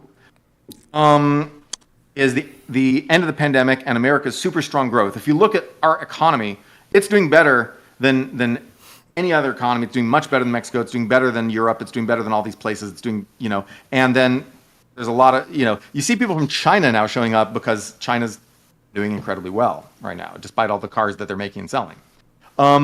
So our economy part of it was Biden's reputation, I think, but very little of it was actual policy. But I think that because the courts, had already struck down Trump's restrictions, it took Biden a while to put similar things in place. I think it was the main driver was the spread of information about the asylum loophole. Central Americans, people from like El Salvador and whatever, knew about this in 2014. People from Cameroon knew about this in 2021. Everybody knew it. Just the diffusion of information about this stupid loophole in our law took time. And also America's economy was just so great. Everyone wanted to come and work. I think the silliest argument about the borders and people like, these are military age men. It's an invasion. No, it's working age men because it's just people who want to work. All they want to do is work. They're not refugees. They're not, like, oh, I was so badly treated in my country. No, you weren't. You just want to work. And you know what? Actually, that's fine. But we should have an orderly process for bringing people into work, not a disorderly process where you get rewarded for breaking the law and crossing the border illegally and turning yourself into the Border Patrol. That's silly. That is the current law. So I agree with you. We should just say 1967 convention, blah, blah, blah, goodbye. We're changing our law. We will have to amend our law. We can't just ignore it because we did make a law that was, when we signed that convention, it said you have to make your own law that says this, right? And we did. We passed a law on asylum, our own domestic law, not some international treaty, that says if you cross illegally, you still get full asylum claim and we can't kick you out and blah, blah, blah, as long as you turn yourself in. We signed that. And it's not just that we signed that, it's that we made that law for ourselves. And so we have to revoke it. We have to cancel it. Only Congress can do that. My worry is that the MAGA people don't want to fix it because they want to have something to scare people about. They want to have something to shout about.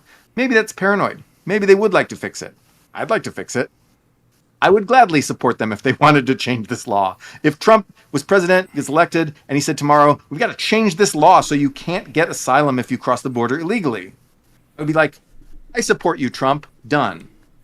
So I guess, and I'm just wondering why that never happened. My area of disagreement would be this. I think what was the House bill that was put forth, H.R. 2, was far more stringent and would have done far more than what the Senate suggested that the Democrats are pushing forth. So I think you should support that bill. So the idea that Republicans in general or MAGA people wouldn't push, I think they would. They're pushing for a stronger bill. And if Senate, and the other thing I would say is just is this is anecdotal. And I don't know if you saw this, but I saw Brett Weinstein go to the Darien Gap, which is a big sort of thoroughfare that people are coming through from South America to get in. And he said that there are basically two kinds of migrants that are coming. There are those exactly you hear about that are good people, basically economic migrants, not really refugees, but they're coming for good work. Okay. By the way, those people would have been coming pre-COVID as well. If you're coming from places like Venezuela or Nicaragua, whatever, these countries, there was economic incentive always to come to the United States. So I don't buy that COVID's the reason that so many are mobilized. But he also said that there was another camp of people he saw, and those were particularly Chinese nationals.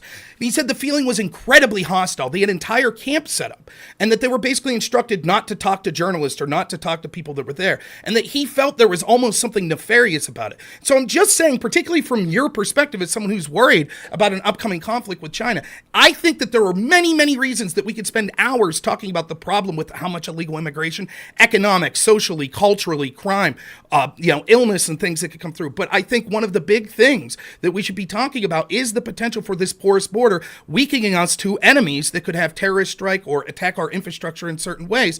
And I just think that the Biden administration, it has been an abysmal failure, and there is no sign that going forward a vote for Joe Biden or the Democratic Party in general would do anything to alleviate this. At least the Republicans are paying lip service to saying this. Democrats still are fighting with half of their constituents that think we should have complete open borders. So they can't come out and do anything about it, just like you're seeing with Israel-Palestine, which maybe we'll get to at some point. The Democrat Party split. Half of these young progressives are like, oh no, we have to welcome everyone with open arms. The Statue of Liberty says X. And then half the Democratic Party's like old school, like union people that are like, what are you doing? You're depressing our wages. Like, we can't have any more of these people you're taking away our town buildings to house illegal immigrants, etc. And if we're not careful, we're going to end up like Europe, like the UK, which I just saw a poll on Good Morning Britain the other day. Good Morning Britain polled their audience if multiculturalism was a success. 95% said no. because the landscape of their entire country is shifting so radically that they don't even recognize their country. And that's what's going to happen if we continue to have presidencies like Joe Biden. I'll let you respond, then I want to get to the economics section of the debate. But go ahead. I have one question though before for Rob, if that's okay. Yeah, it's your about chance the to respond. Chinese- So go ahead. Yeah. Yeah, Chinese guys coming in. I know a couple people who know a couple of the Chinese guys who have snuck in that way. And they were telling me about these. These are my friends are crypto people, and they help sneak the Chinese people in with crypto. Okay. By the way, one of the biggest uses of crypto is to get money out of China. And they said these guys, coming in, they basically don't even consider themselves Chinese anymore. They hate. They're like, such bullshit has gone down. Like, they're like, I'm ethnically Chinese, but I don't want anything to do with, Xi Jinping and the stuff that's going on. When Ronald Reagan was president, we had this thing, and I am not really that old enough to remember. I remember Reagan's last speech. I was like, I think 5, 6. So then I was 5, I guess. So when Ronald Reagan left, he was like, we're the city on a hill, to all these people, escaping these horrible regimes. And I know that China sucks, and it sucks worse than people say. Like, it's more sucky on the inside than it looks to us on the outside, or for tourists who just go see like the delivery robots and whatever that they have. Like, for regular people, it sucks more. I feel for these people, and I want to be like Reagan told us to be. And I don't care if that makes me a bad Democrat for saying that Reagan was good. But I've said it online, and I got dogpiled online for saying You're out, this. man. You're out now. You I'm just out. got kicked out of the club. No, I don't. But Who cares? This is the problem. I'm just a blogger. They don't care. Look, But sorry, what do we do about these guys? What do we do about the Chinese guys who really want to escape Xi Jinping and the bullshit that's going on there? Well, we have to accept it is the duty of our government to represent the people of this country and the citizens of this country. And so any immigration system that we have shouldn't be because of moral concerns for other people. We shouldn't actively do no harm. I'm not saying we should go out and steal a country's resources because screw them. I'm not saying that. But what I'm saying is, as long as there are people that need the services of the government here, we shouldn't be worried about being morally virtuous to people around the world. And so any immigration system, particularly with these group of people that are trying to flee Xi, we would have to accept that the people that we were bringing in, we think would be of net benefit to our country. So we're not doing it as a favor. We're doing it because it would be net beneficial to us. And the problem is, just like when you hear people say things like this, well, 97% of people that are let go return for their immigration hearing. And the problem is, right, but if there were bad people like in ISIS or working for the Chinese government, do you think they'd be in the 97% that returned or the 3% that wouldn't? And so the problem is, by allowing this sort of system where we're allowing this flood, basically an open border where anyone who wants to come basically gets to come through. If a country was going to be hostile to us, which is inevitable, countries like Iran, China, North Korea, etc., they are going to exploit this system. And there will inevitably come a time. And then what's terrible is not only will there be some bad event that occurs, but then the very people that have allowed this porous border will then use that event as an excuse to strip more rights from Americans, just like we saw with things like the Patriot Act. So I think that while we're telling Americans you can't go through an airport without getting sniffed like you're an 8-year-old girl by Joe Biden, we at the same time have this open border where we're allowing all of these people to come through. It's just counterintuitive. It once more represents what I think the Biden administration has represented, which is this is an America last presidency. They care less about the citizens of this country and more about, doing things to help people globally or help people around the world. Any response to that? Oh, sure. Which is to say, I understand that we have to operate this country for the benefit of us. But I also feel that I benefit from people being in my country who, A, can work and support our country, and B, hate our enemies. And that was what we did during the Cold War. I think we got, all the Cubans who hated Castro came here. And now, that's why Cuba's a red state. So if you like having Republicans get elected. There was a lot of criminals, though, that Castro unleashed the A kid lot of across. criminals. Well. I saw Scarface. I saw that. Eating octopus every day? Yeah. Eating octopus. But okay. Snorting a mountain of cocaine. Say hello to my little friend. Anyway, but the point is that, I know we got criminals, but the point is, we got lots of people who improved this country because they wanted to escape the communists. There's nothing wrong with wanting to escape communists. I wish that modern day conservatives and MAGA people would understand that there's nothing wrong with people who want to get away from the commies. There's nothing wrong with that. And our country is stronger for having those people in it. Their children will be Republican voters. They can't vote themselves, but their children will be. And yeah, like, I'll just answer 10 seconds. I'm stronger. I'm stronger to have those people. I'm not because they're going to do my lawn, because they're not, but because that will strengthen the polity of my country. They're going to join the military. They're going to provide valuable intelligence, by the way. I'll just answer 10 seconds and then we can move on if you want. I'll just say the problem I'm having, though, is even if you're right that that's 95% of the people, if we have a system that's set up that's so porous that can be taken advantage of by these very countries like China, it eventually will. So even if you're right that 95% of these Chinese immigrants that are coming or illegals that are coming are actually anti-Xi, right? The problem is the 5% that will still be loyal to Xi. And the damage that damage that they would be able to do would far outweigh. So if you want to have the system like the Cuban system, you can't have them flooding in like that occurred. What you want is a proper vetting. Hopefully, if we get to foreign policy, we'll talk about Afghanistan. I have no problem with Afghani translators that helped us in Afghanistan being welcomed into our country. What I have a problem with is we left almost all of them there and mass rushed in people that we didn't vet. That's the problem. And so to say, but I welcome people that don't like the Taliban, of course, that's an argument that could be made, but that's not the only group of people we're getting. And that's the problem with having this open border. Just one of many. Fair enough. I think we're circling drain on this a bit. There wasn't as much disagreement as I thought there would be on this topic, but fair enough. Let's go to the economy then, right? And this will be the last domestic topic, then we'll get into the foreign policy, I promise, right? But I think it would behoove us, since we have an economist here, to talk about the economy, right? I'll do my best. Pass this to Noah. We'll pass this to Noah first. The economy. There's a lot of people who say we are struggling, that things are going bad, that we have these super high inflations. I see on the opposite end people who say, no, the Dow just closed at over 40,000, I think it was, right? If I'm getting my numbers right. And we have a surge in manufacturing, like you said, a surge in all these things, and actually things are pretty good. What's your stance on this, and how, specifically, has Biden's policies influenced it? And that's what I want to focus on. Go ahead. Noah. Right. Well, first, let me say what has been bad about the economy under Biden and what Biden did to make that worse. Let's start with that. What has been bad about Biden is that we had 2 years of high inflation. Roughly 2021 and 2022 were high inflation years. That's the highest inflation we'd seen since the 70s. It made incomes go down. It made wealth go down. It made a bunch of stuff go down that we don't want to go down, right? Wages. It sucked. That inflation sucked. And during that time, there were some Democrats who tried to say things are fine, inflation's not a problem. But I was like, no, people are right to be mad about inflation. If you Google my blog and then the phrase people are right to be mad about inflation, you'll see me very early saying we need to do something about this as fast as we can, as fast as possible. Now, what did Biden do to exacerbate inflation? He spent too much money.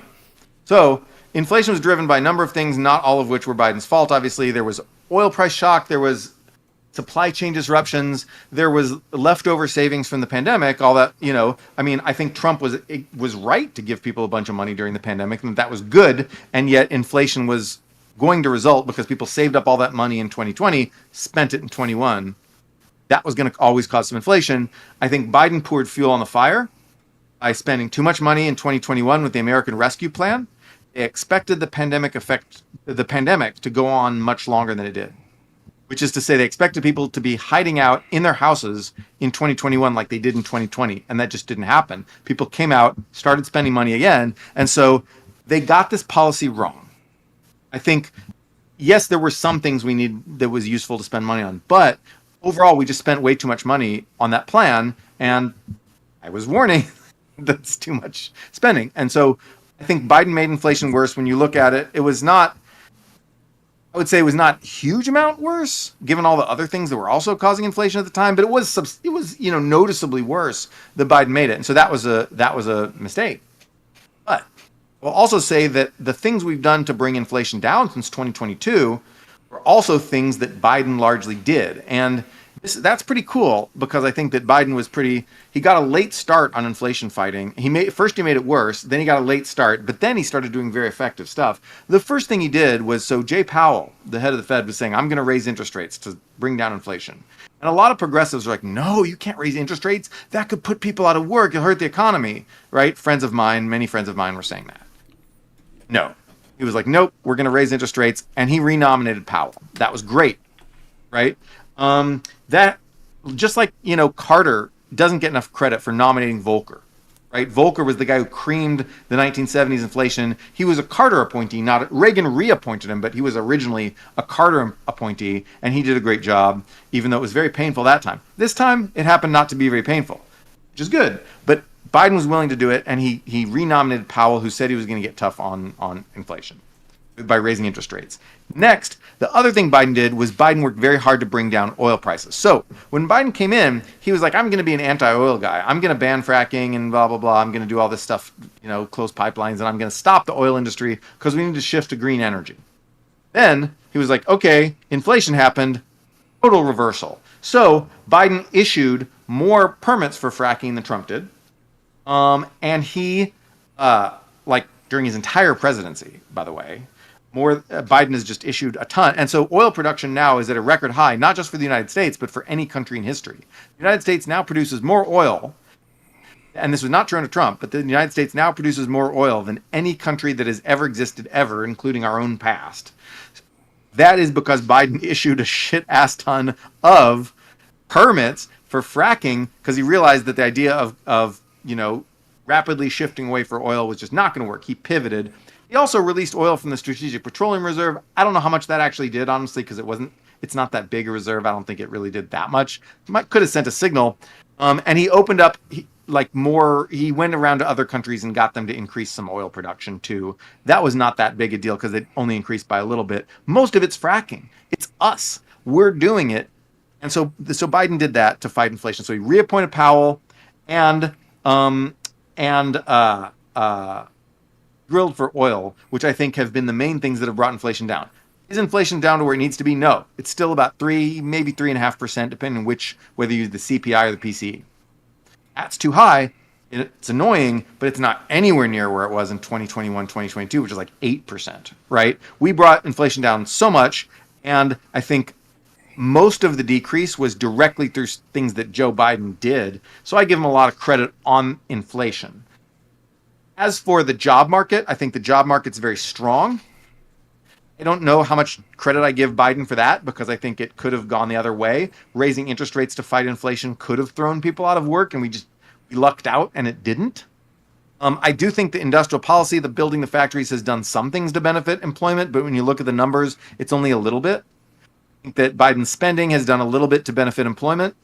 But when you look at the numbers, it's only a bit. So I think that the job market is strong on its own. But I will say there's one other really important thing that Biden did, not Biden himself, but his appointees, his administration did, which was, and by the way, if you buy the theory that Biden's just too old, it's all his appointees, well, that's everything. But, okay, but the point is that in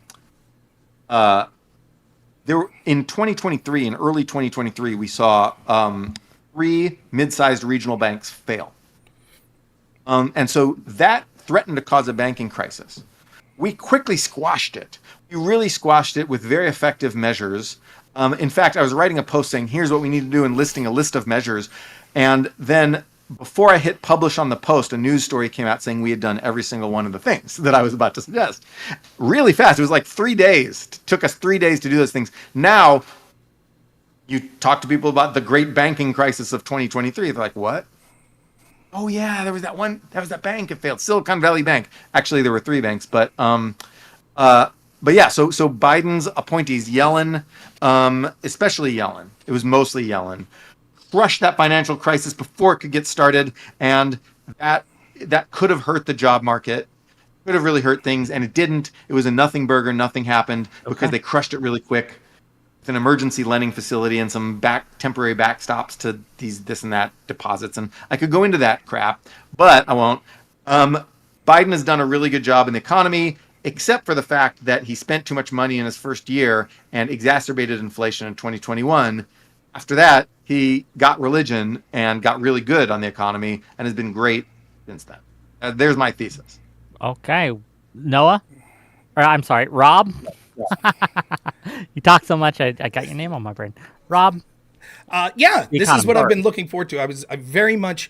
Let me be clear here. A lot of this, muddling through this economic data is difficult for someone who's a novice like me, but I'm doing a good faith effort and I'm trying to go through it as best as possible. So I'm always excited to debate someone in their field. So first off, let's start with this. During the Biden administration, he has increased the deficit so far $5.9 trillion. That's $7.5 trillion that he spent. So ask yourself this question. That's basically on track to what Trump would have spent, and that includes Trump's, what I think was disastrous fourth year, where they spent way too much money. But that was during a pandemic. Now, I'm not excusing Trump. One of the things that I think Noah and I could probably agree on is some of this massive spending, or a large group of this massive spending, occurred before Biden was in office. Now, Biden would have supported that spending, and Democrats wanted even more spending. But it is true. We can't, that if you're someone who's a fiscal conservative that wants to look at Trump and ignore the massive spending he had, you're making a huge mistake. However, I think we could both give credit to the fact that whatever the reason, because we embrace things like lockdowns, that was going to intuit that we had to spend a bunch of money. Something I disagreed with the lockdowns and I disagreed with the spending, but that would understand why 2020 saw that massive spending. The fact that Biden's on pace to almost equal over 4 years the 4 years of Trump had, including that massive year, shows just how much money he spent. And ask yourself this, have we got a good bang for our buck? With all of this money being spent, is your life getting better? Is your purchasing power increasing? No, it looks like real wages over the course of Biden's presidency is down 4.4%. Your actual purchasing power when you include the wages that went up. Let's look at some numbers, the actual on-the-ground real-world situation. Average consumer debt, $23,000. Only 7% of Americans make $150,000. 37% of Americans aren't investing for retirement. 66% are living paycheck to paycheck. 43% are say they're going to be in debt for the next 1 to 5 years. Price of gasoline's got up 30%. Lumber's gone up 347%. We have things like wheat that's gone up 43%. Shelter costs are up 20.9%. Gas prices and car insurance, 51%. Vehicle repairs 40%. Groceries up 20%. The fast food index, the vaunted Big Mac index that people used to use because that's something that sort of price controls and government intervention doesn't have much influence on. Depending on the numbers you're looking at, are up as high as 80%. These are the real situations on the ground. So while you got a nominal increase in your wage on average, and keep in mind, because of the disastrous policies of the lockdown plus stimulus, we saw a large transfer of wealth from poor and working class to upper class people. So we shouldn't even be looking at the mean. We should be looking at the median. The median household is struggling. Inflation hurts poor people more because they use a higher percentage of their income for these resources like food, gas, things like that. And they are struggling. So I saw Noah was retweeting out something today where it was like 50-something% of people think we're in a recession. And technically we're not in a recession. And Noah's right to point out that there are people that are like, why can't we get this across the American people? It's because the technical definition of a recession doesn't matter to the average person. No one wants to hear, well, technically, this is the exact definition of what they mean when they say we think we're in a recession is we're struggling. We can't get by. Credit card debt at all-time highs. I think it's at $11 trillion. The median home now costs 7.6 times the household income. That's even higher than the 2006-2008 housing bubble. Young people are being left behind. They can't afford homes. They can't afford cars. They can't even afford to go out to eat. And so while all of this is happening and we see the inflation increasing, now we're told, well, it's dipped. And I said this from the get-go, again, as an economic novice. Imagine if I told you the price of milk would be up 40% in 4 years under a presidency. If that happened 10% per year, you would say, oh, inflation's remained the same. But if it happened 35% the first year and then 5% over the next 3, people would be celebrating, saying, see, we beat inflation. That's tantamount to what happened in the Biden administration.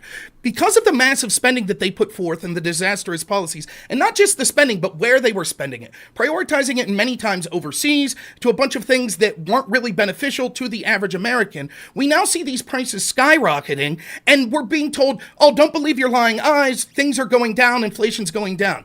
Inflation's it's not decreasing. The amount of the cost of these products isn't decreasing. The rate that they're increasing is slipping. But oh, guess what? Now it's going up. So inflation's actually increasing expectations. According to the Fed notes from the other day, you heard Noah talk about how, well, Jerome Powell was, was raising rates, which people were worried about because they thought it could hurt things like the stock market, but it would slow inflation. Now the Fed notes suggest, whoops, they're going to stop those hikes. And people are saying the scuttlebutt is, here come the rate collapses again. They're going to cut the rates again. And what we're seeing is actually tantamount to what's going to possibly be stagflation. You can see that 19 states now have decreasing job numbers. The job numbers, the labor force participation is still below levels that it was before the pandemic. So all these jobs that are being created, it's just jobs that we lost because of the disastrous lockdown policies, which I have to wag my finger at Noah. I think from looking into your record, you supported those lockdowns. So because we shut people down and forced them out of work, and now we're letting them come back to work, we say, oh, that's great, we've created all these jobs, but we still don't have the labor force participation we had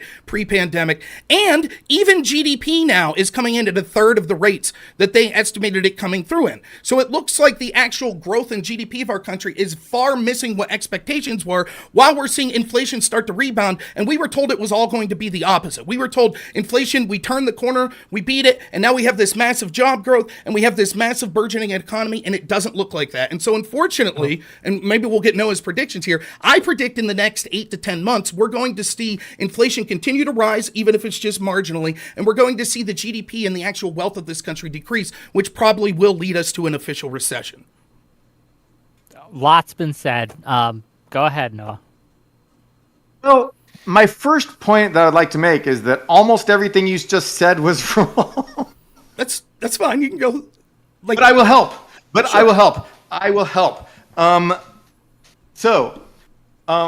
GDP growth is good. GDP growth is very healthy. It is not a third of what people said it would be. It is higher than forecasts. It is far higher than the rest of the developed world. If you look at America's economy, it's been like this. The rest of the developed world really slowed after COVID. We've done better than any other rich country in the world in terms of growth. So growth is great. Labor market, labor force participation rate when you include old people is down, because guess why? The baby boomers are old and they are retiring. But when you look at labor force participation among people 25 to 54, the prime age working people, it's way up. But the real number you should look at is employment rates. Employment rates are the percent of people that have jobs, right? The percent of people that actually have a job. And if you want to look at full-time or part-time, it's the same thing. But or you can look at the number of people who have full-time jobs or the number of people who have all jobs. Either way you look at it, if you look at prime age, employment rates, they're not quite at all-time highs because they were a little bit higher in the late 90s, but they're as high as they were in 2019, 2018, whatever. They're pretty much the highest they've been at around between 80 and 81%. That's really great.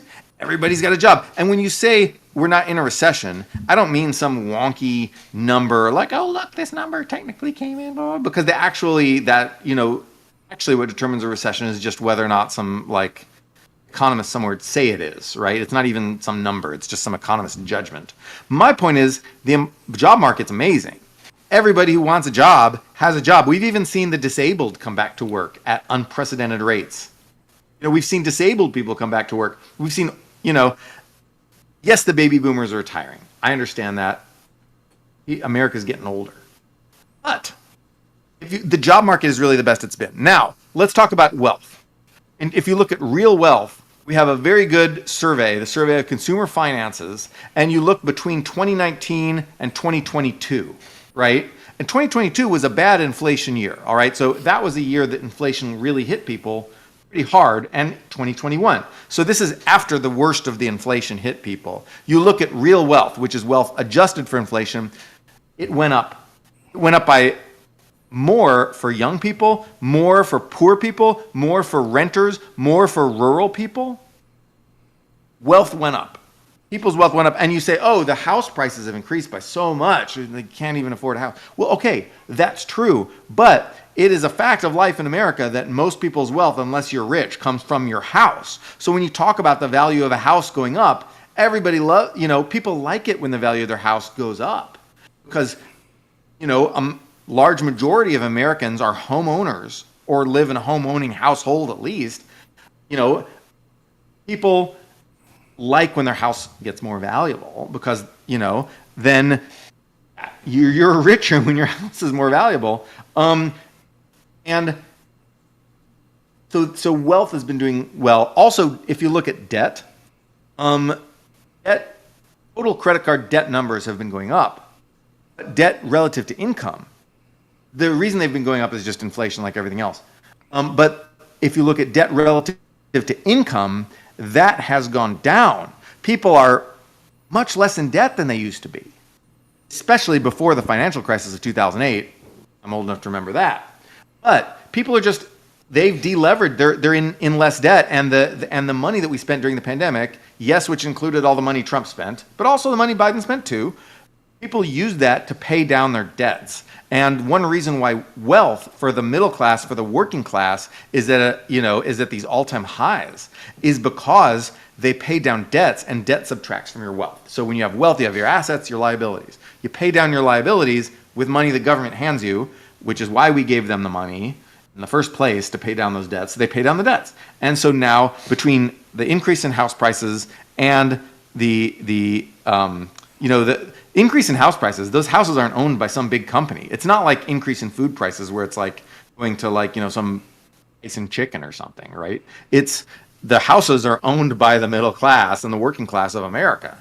And so that means an increase in wealth. Between that and the debt decrease, we've seen wealth go up. In terms of wages, real wages, when there was this weird spike during the pandemic where everybody, got laid off their job for like 6 months or something like that, and wages went way up because the rich people all got to keep their jobs, and it was the poor people who got temporarily laid off. That sucked. Sorry, it was pandemic. It was shitty. But then it went right back down. And then if you subtract out that little spike and you look at the trend, it's just a smooth upward trend. Now, it was up during Trump too, and that's great, right? All credit to Trump. Good job, Trump. But under Biden, if you take out that 1 year pandemic spike, which was basically because, the poor people temporarily lost their jobs, so their wages weren't counted in the average, then you see wages just, go up. Wages under Biden have gone up more for the working class than for top earners. The people who've gained the most are the people in the bottom 20% or bottom 40% of the distribution. It's cashiers and clerks and delivery people and drivers and, just the people that I don't know, maybe you think they're invisible and maybe you don't care about them, but Democrats used to care about those guys a lot, the working class, and Republicans sometimes say they care about them. I'm not sure who really cares about those guys, but I think Biden does because he's from the very old. One advantage of being old is that he's old enough to remember when Democrats really cared a lot about the working class. And so I think he really cared about those blue collar people, those lower wage earners, and their wages have done especially well. And I've got links to just tons of data to show that. So wealth has done well, income's done well, jobs have done well. This is not a recession. Are people upset and angry about stuff that's going on in American society? They are. But when you look at consumer sentiment, right, you see that Republicans are just unusually mad. The reason why consumer sentiment is low under Biden is because Republicans are unusually mad. And when you talk about the evidence of their eyes, to the hardcore Republican, it's not their eyes. Because when you do surveys about how you're doing financially, people report they're doing financially great. Surveys of people. You call people up and say, hey, person, how are you doing financially? People say, I'm doing great, but the national economy, that's shit. My town is doing great, but the national economy, that's terrible. And you see this pattern again and again. I can show you a million surveys. People say their own personal economic circumstances are doing great. It's only the national economy because they're reading the news. And, and these are Republicans who are saying it's bad, right? They're reading the news. And honestly, Rob, they're reading guys like you who say everything's terrible. And they think everything's terrible, but they think somehow I escaped this. Somehow I'm doing fine. Everyone else out there is doing terrible. But guess what? Everybody thinks this. Okay. Because I'm not doing terrible. So the economy's good.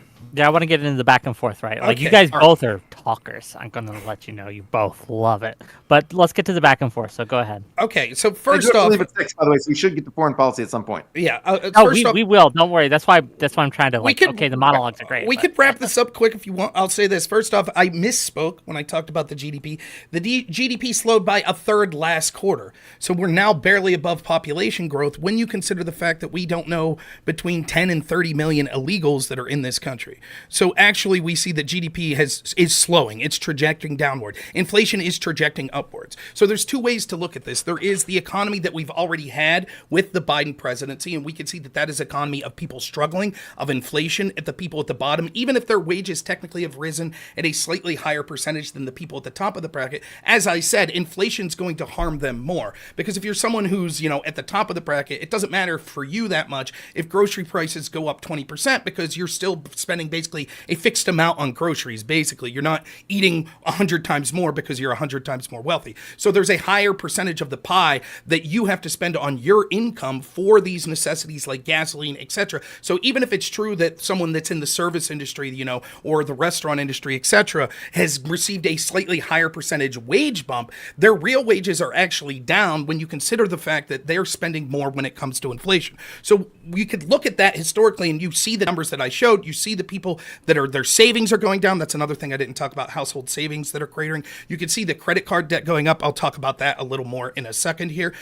But at the same time, you can see that what we're told is, but we've rounded the corner. Okay, you suffered through those tough times, but now here it comes. Everything's going great. But that's not the case. We were told that it was transitory. Now we can see inflation's turning back up when everyone told us, it looks like that we're past that. Now we can see that GDP is actually slowing when we were told, no, GDP is going to take off. So the numbers are actually trajecting to a way that is not looking positive for the future. So when you look at that complete picture, the prices that people are paying right now, or that have paid throughout the Biden presidency, right? And we're told, but don't worry about that because it's going to get better. But now it looks like the direction isn't going to get that much better. A couple short things that were talked about. The idea of, well, people spent all this extra money that they had on paying down debt. It's not true. Household savings are incredibly low. More people are in debt. So, for example, here's one piece of evidence I found. 1 in 6 Americans from the poorest 10% of zip codes are in credit card delinquency. The share of people in delinquency in these areas have increased from 11% in Q2 2021 to 17%. So it's gone up almost 50%. The highest that it's been in 21 years. People are financing their groceries. They're financing their gasoline. They're financing their rent. That's what's occurring to people at the poorest levels. And on the averages, it's looking okay because the incredibly wealthy, or the GDP of the country has grown somewhat. But you expect that anyways. On a linear trajectory, you would expect just without any intervention that the GDP would continue to grow. The problem has been the spending, which has caused inflation. And remember, if I was made in charge tomorrow and I wanted to make my area here of Clarion County, Pennsylvania, financially successful, and you let me spend $1 trillion, I guarantee I'd be able to come up with policies that would benefit people financially. Biden's spending at a record pace, close to what Trump with the pandemic spent, and what are the results we're getting? And so I don't believe this argument. I'd be interested in seeing the specific data that individuals are like, yeah, I'm doing good, but I just watched too much Fox News. The idea that sort of the national media is carrying water against the Biden administration is sort of ludicrous. But I think that it is evident that people's savings are going down, their purchasing power is going down. And, we've seen these statistics. I know you sort of talked about it. What was the exact number? Under Trump, the earnings that went up was, what was it, like 15%, something like that?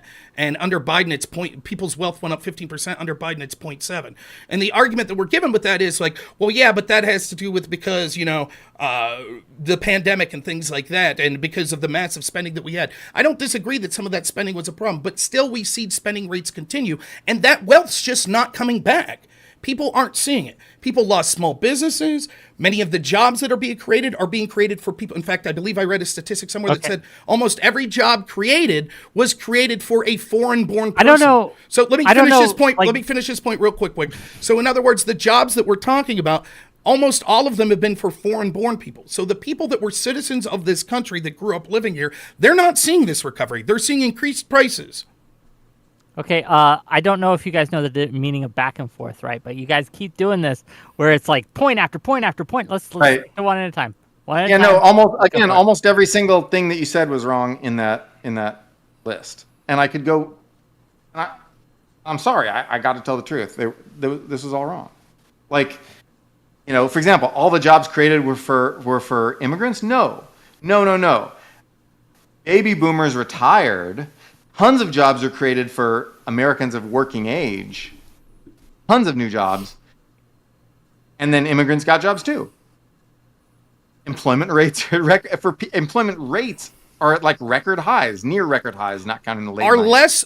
Can I just to clarify? Are less? No, Rob, come on. I was just asking a clarifying question. If you don't want, that's fine. You just gave me 20 wrong points, and now you want, and now Okay. I talk But about you one go wrong ahead. point. I was just trying to clarify. Go for it. Okay. Like, food consumption is up. People are buying more food. I'm not talking about in terms of how many dollars it costs them at the cash register. I'm talking about how many more rutabagas and sandwiches and burgers and whatever. People are going out to eat more than they ever have before. People are just consuming much more food per person than they've ever consumed in America. And you'd think if people were struggling, people are actually eating more. And I'm not talking about some average where you have one fat guy who brings up the average by eating all the shit. I'm talking about your like median household consumption of food is where people are eating the food. And I just can't understand how this narrative of people like, who can't have all this food is, obviously there's always some poor people in America who cannot get food, and I want to help those people. That's why I'm a Democrat. But if you look at your typical person, they're just eating more food now than they did under Trump. They're eating more. And I just don't square that with this idea that people can't buy the food because they have the food. And so I don't like it.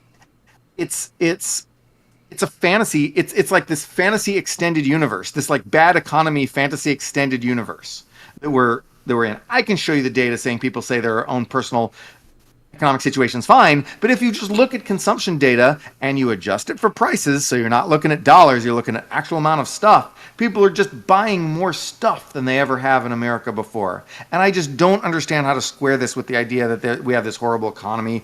It's not real. It is not real. And okay, I'm done. You want me to respond or? Yeah, no, go. Are there less? Back and forth is back and forth, but back and forth means 1 point at a time. Pre-pandemic. Yeah. Pre-pandemic, you said when I said that these jobs all went to foreigners. Are there less American-born people working today in the United States than there were pre-pandemic? Of working age, no, there's a lot more. In total. Well, baby boom retirement, buddy. Okay. Baby boom retirement. And old people, you're like, oh, but this 75-year-old isn't working because he retired. Bad economy. If we had Trump in there, that 75-year-old would still be working. No. So just to answer the question, in totality, it's that there are less. Yes. This completely unrepresentative economic statistic that I just pulled to make a point that isn't actually a good point about the economy. Is that actually true? I don't think you're doing That's as an economist, I don't think you're doing so well. And the mocking voice isn't helping your case whatsoever. At all-time highs. Employment rate for working age people at all-time highs. Yes or no? That could be true. Yes I or don't no? know. Okay, let's say yes. I'll Could be answer. true, I don't know. I don't know, but I'll take your yes. word for it. Good. But okay, the hyperbolic interactions isn't suiting you so well. Sounds like you're getting a little frustrated here for some reason. Anyways, the point is, right? The point is, really frustrated because fantasy economics is one thing that I like. It's a thing that I know. It's not let's like talk. it's All right. not a matter of if you want to get a little sharper with it, did you support the initial lockdowns, Mr. Economist? Yes. How'd that work? Because nobody was going out and buying anything anyway. Not right. That's not true. Everybody was staying home because they were scared of shit. That's not true. It is. That's not true. It is. That's absolutely not. So you're telling me that all the businesses Prove it. Okay, Prove it. okay, Prove it. I'll prove it. I know at least 5 small businesses that were forced to shut down that were doing phenomenal business when they were forced to shut down. They were doing good business during the pandemic, but the state of Pennsylvania forced them to shut down at the time. You're telling me that no one would have went out, that no one was upset about lockdowns because they were all staying at home anyways? That's what you're telling me? I'm saying that, isn't it, all these businesses were going to absolutely suffer from people staying home.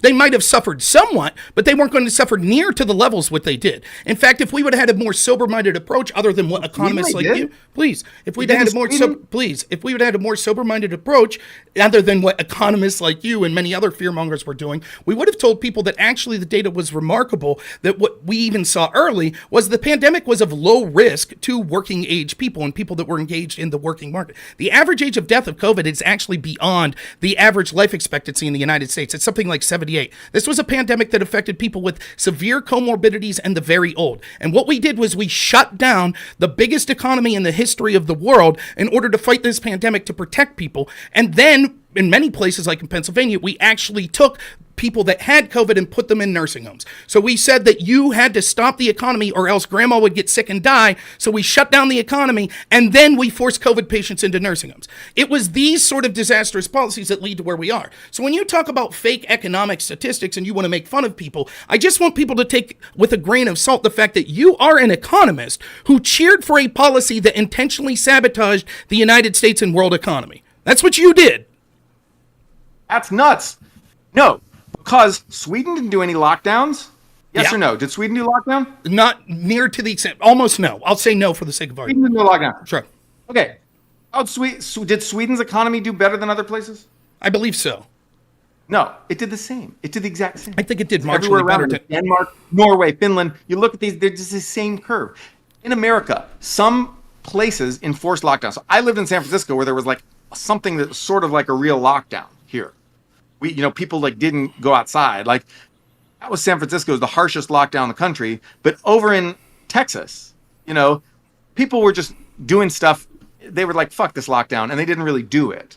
Right. And you can look at Google mobility data to show that people were going to restaurants and doing all this stuff in defiance of lockdowns. And it didn't really take. And yet, did you see like worse economic outcomes in the places that had lockdown? No, it was the exact same economic outcome everywhere. That's not true. You didn't. I can show you the research. It's such a the lockdowns didn't do shit. So maybe they saved some lives. So, for example, just looking real quick here, Sweden had less severe economic contraction. Sweden's economy shrank less than the Eurozone at the height of the pandemic, with quarterly GDP contraction of only 9%. Preservation of jobs, please. Compared to the actual countries nearby. Right. Well, that's what what you should compare to like Spain and Greece. But it's compared to the Eurozone and all. The other thing I want to make, can I ask you a question? Okay, well, then I'll look into the specific data, how it did compared to Finland and places. We could look at that. Let me ask you this question. Was there a higher death toll in Sweden? Years afterwards, was the average? It was about the same. So in other words, the lockdown did nothing. It didn't help save lives.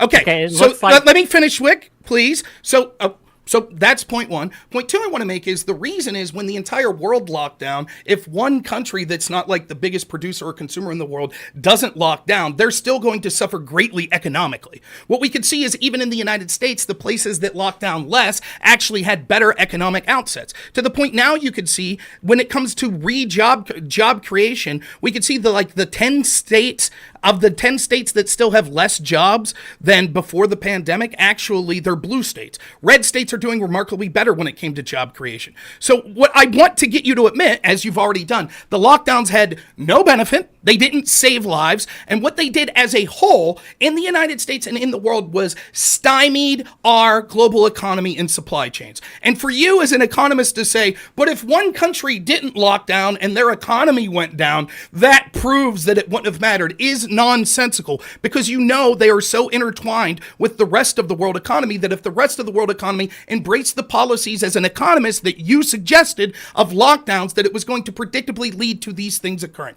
The idea that you're trying to say that it wouldn't have shut the economy down as much to not lock down if that was the policy of the United States and the world is nonsensical. And it doesn't matter what data you try to spin. Everyone who's paying attention could see that is a nonsensical position.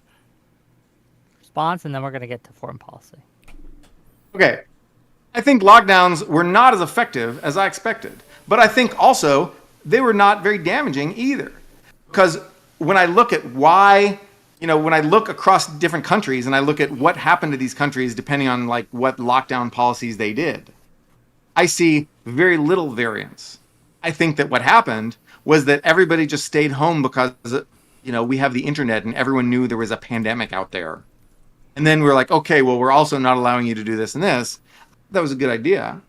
But I'm not sure it had that big an effect ultimately. Okay.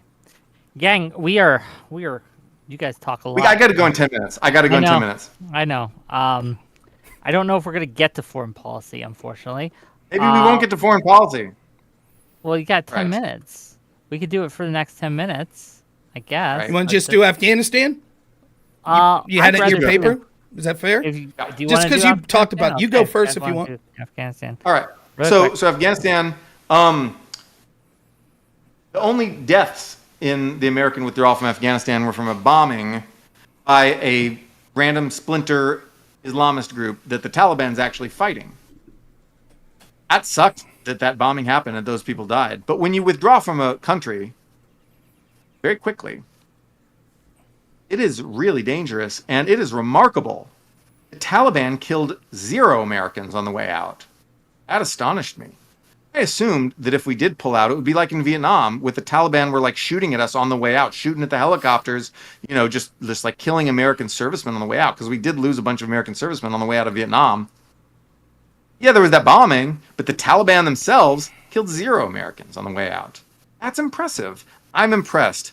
And Afghanistan was not a thing that we should have stayed in forever. The idea of a forever war was really stupid.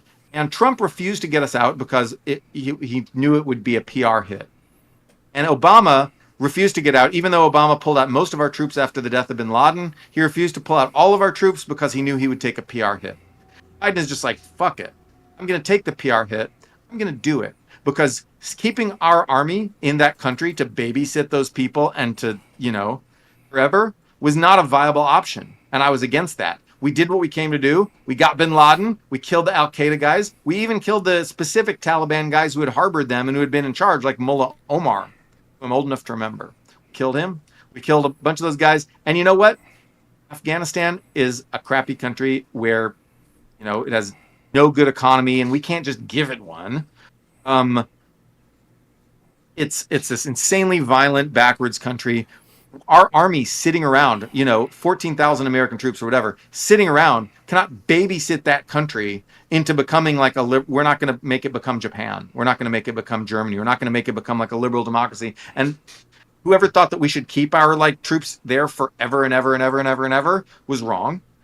I know there's those people out there. They're neocons. They're wrong. We did what we came to do when we got out.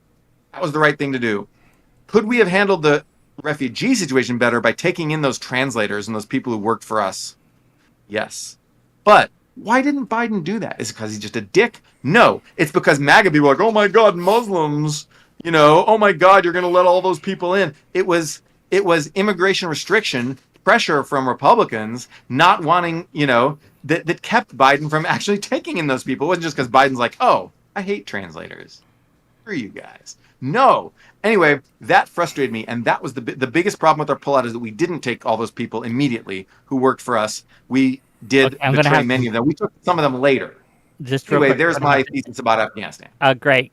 I'm going to enforce stricter time limits since you got to go in 10 minutes. I want to make sure there's at least some. I do. So you got 2 minutes. He's had 2 minutes. You got 2 minutes, okay. Rob, go. All right. So I agree that we should have pulled out. Don't have a problem with that. The problem I have is the way that we pulled out. It was a disaster. They closed down Bagram Air Base, a secure air base, and then relied on an air base that was controlled by the Taliban. The Taliban went into Bagram Air Base, freed ISIS, who then bombed our U.S. soldiers, killing 13 of them and civilians. Why would we rely on the very enemy that we had been fighting for 20 years to protect us, particularly when we knew that they already released ISIS? Then what happened, because Joe Biden had egg on his face, was he bombed ISIS-K, which was really just a translator and a bunch of kids. He did that to try to change the news cycle and seem like a tough guy because he showed his fecklessness and weakness. There were people hanging off the engines of planes trying to leave. Other disasters that occurred during this. We left $7 billion worth of weapons and equipment that now has armed our enemy, the Taliban, and which they're using now to further enslave their own people, particularly people that Democrats should care about, such as LGBT and women people. 78,000 Afghan allies left behind. We also saw 5,000 to 9,000 Americans left behind. We did not properly vet the Afghan refugees, and there's been a Republican House committee that showed how the OIG report showed how none of the proper vetting procedures were used. Lastly, we now find out just from April, I'll quote from CNN, Hours of closed-door testimony from 3 top State Department officials shed new light in the unprecedented situations of the final day of Afghanistan. 3 officials, John Bass, Jim DeHart, and Jane Howe, who were all plucked from unrelated assignments and rushed into Afghanistan in the hours after Kabul fell due to the Taliban, due to their experience. When you listen to these 3 officials and you read the article, they're basically told, we were given no forewarning. There was no plan. They just threw us in there and said, okay, do your best. Try to get people out. I'm sorry, I don't think it's a success that as many as 9,000 Americans were left behind. I'm sorry, I don't think it's a success that children got bombed by the U.S. government. I don't think it's a success that over 70,000 Afghans that helped us fight in that war were left. And I don't think it's a success that we left $7 billion of military equipment to now arm a country or a group that we were fighting for 20 years to make them one of the most powerful militaries in the area. We'll be told 10 years from now that we have to go back to fight terrorists because all of a sudden they mysteriously got these weapons and trainings and things like that we didn't know about. So I was shocked to see in your blog post that you said, I agree with you that we should pull out, but you said you thought it was relatively a success. It was one of the biggest foreign policy blunders in my lifetime, and it sent a signal of weakness that's probably largely responsible for why we see Russia and Chinese aggression today. Okay, and with that, let's get into it, gang. Go ahead. We have limited time, remember. So, yeah. Why wouldn't they keep Go Bagram? ahead. It's back and forth. Can you give me one reason that they wouldn't have kept the secure military airbase in Bagram and evacuate all of our people first? Can you give me one reason?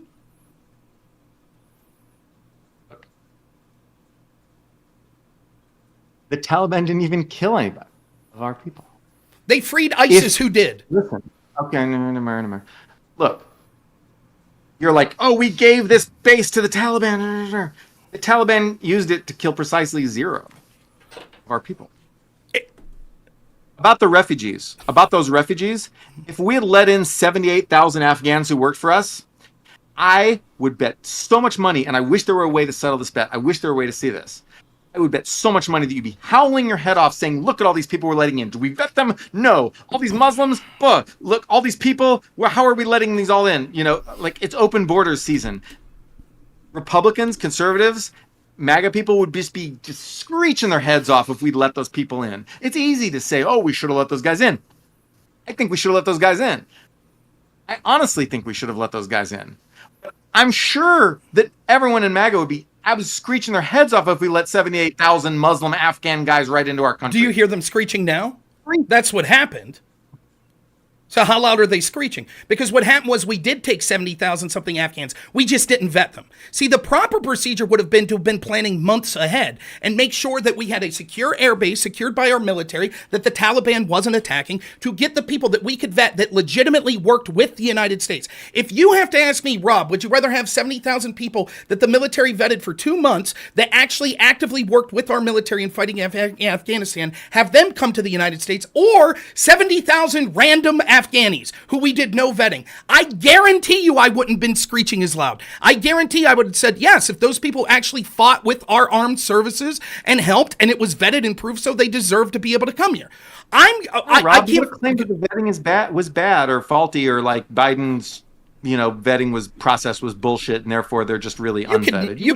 You could make that claim, but you could make that claim if the vetting had been done properly. It wouldn't have been an argument that been had. If the vetting wouldn't have been properly, perhaps that's an argument I would have had. But that hypothetical situation's irrelevant in the world where Biden's team didn't plan according to people in his own State Department. They gave up a secure airbase. They left behind 5,000 to 9,000 Americans. They left behind 70,000 people that were working with 5,000 to 9,000 Americans. You think they're dead or in Taliban prison? I have no idea. Ask the State Department. It was what the Inspector General came up with. No, if we would be hearing about if the Taliban had taken thousands of American prisoners. It's fantasy. This is a fantasy extended universe. So the IG report's incorrect. There are not 5,000 to 9,000 Americans stuck in Afghanistan. I'll bet you all the money in the world. No, that is fantasy. So okay. Fantasy. On that, no. The Wheel of Time. That's Game of Thrones. That's fantasy. How many are left behind? Hold on. Hey, we got a hard out, right? So I'm gonna have to throw a flag out of the play, give you guys some closing statements, and then we got to get out of here, unfortunately. Thank you, gang, for coming today. This has been a feisty one. I appreciate it. It has been. I'm not sure edifying is the right word, but I enjoyed it. Gang, if you like this content, hit that like button, hit that subscribe button. I'm going to get each of these lovely individuals an outro, and then we'll end the show. We're going to start with Rob. Rob and we'll end first. Huh? Rob first. Rob are we doing like overview of the debate and closing then an outro? statements, closing thoughts. Okay. Tell people who you like. Just combine the two. Okay. Go ahead. Just to say here real quick, this is actually from the Senate Afghanistan report on August 17, 2021. At the height of the evacuation, State Department officials said there were 10 to 15,000 Americans in Afghanistan. By August 31st, when the president ordered evacuation, they only were able to get approximately 6,000. So that means that there is 5 to 9,000 that are still left there, according to the Senate's investigation zone number, or you could just trust Noah and his data. Look, I think I made the case quite clearly when it came to all of the name one. You can't name a name of them. That's sure I can't. Can you name one? You could name the name of one guy who was killed in the Floyd riots. You could name the name of one American who's been trapped in Afghanistan, Taliban prison. Can you name? Okay. These are closing statements. One. Right. Well, Noah, we can't interrupt closing statements. We'll get into it. I promise you can make your point. But Rob, uninterrupted. So it seems like the point Noah is trying to make, if you can't name one person, then that proves that there's not even one that was still left there. That is nonsensical. Again, I'm using actual data. About different things. You can't even follow the decorum. Please, both of you. We got to go one at a time. Noah, I understand, but you got to let Rob talk. Rob, and then you'll get your uninterrupted time. I promise you. Rob, go ahead. I too would interrupt and not follow decorum of debate if I was doing as poorly as Noah was. So I understand it. You could trust Rob, him. You lost every point in this debate. There we go. You lost every point in this debate, Rob. I'm going to have to do this. I'm going to just yelled more points. I'm muting you both. Okay? I promise you that you'll get your uninterrupted times, but you got to be uninterrupted.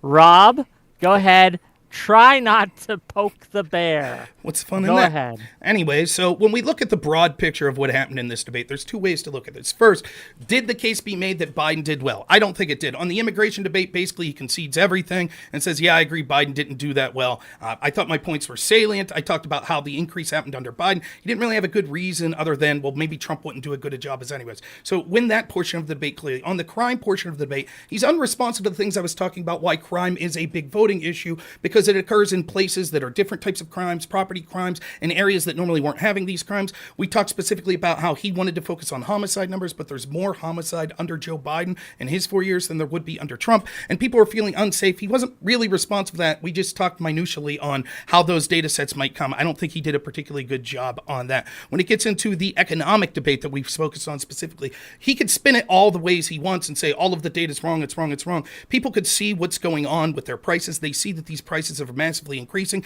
It's hurting poorer Americans that have to have a bigger percentage of their money being spent on necessities like rent, groceries, gasoline, and things of that nature. We could see that things are trending in a bad direction. We see actually inflation's going up, even though we were told, no, we crossed the hump. We could see that GDP went down by a third in the last quarter. So it's pointing to signs of stagflation. I'm predicting that we're going to see increased economic misery as we go forward and probably a recession going forward. Perhaps I'll be wrong about that, but I'm going on record. Let's see if Noah will go on record what his prediction will be coming forward. And then maybe we could come back to 6-7 months and see who is more accurate on that.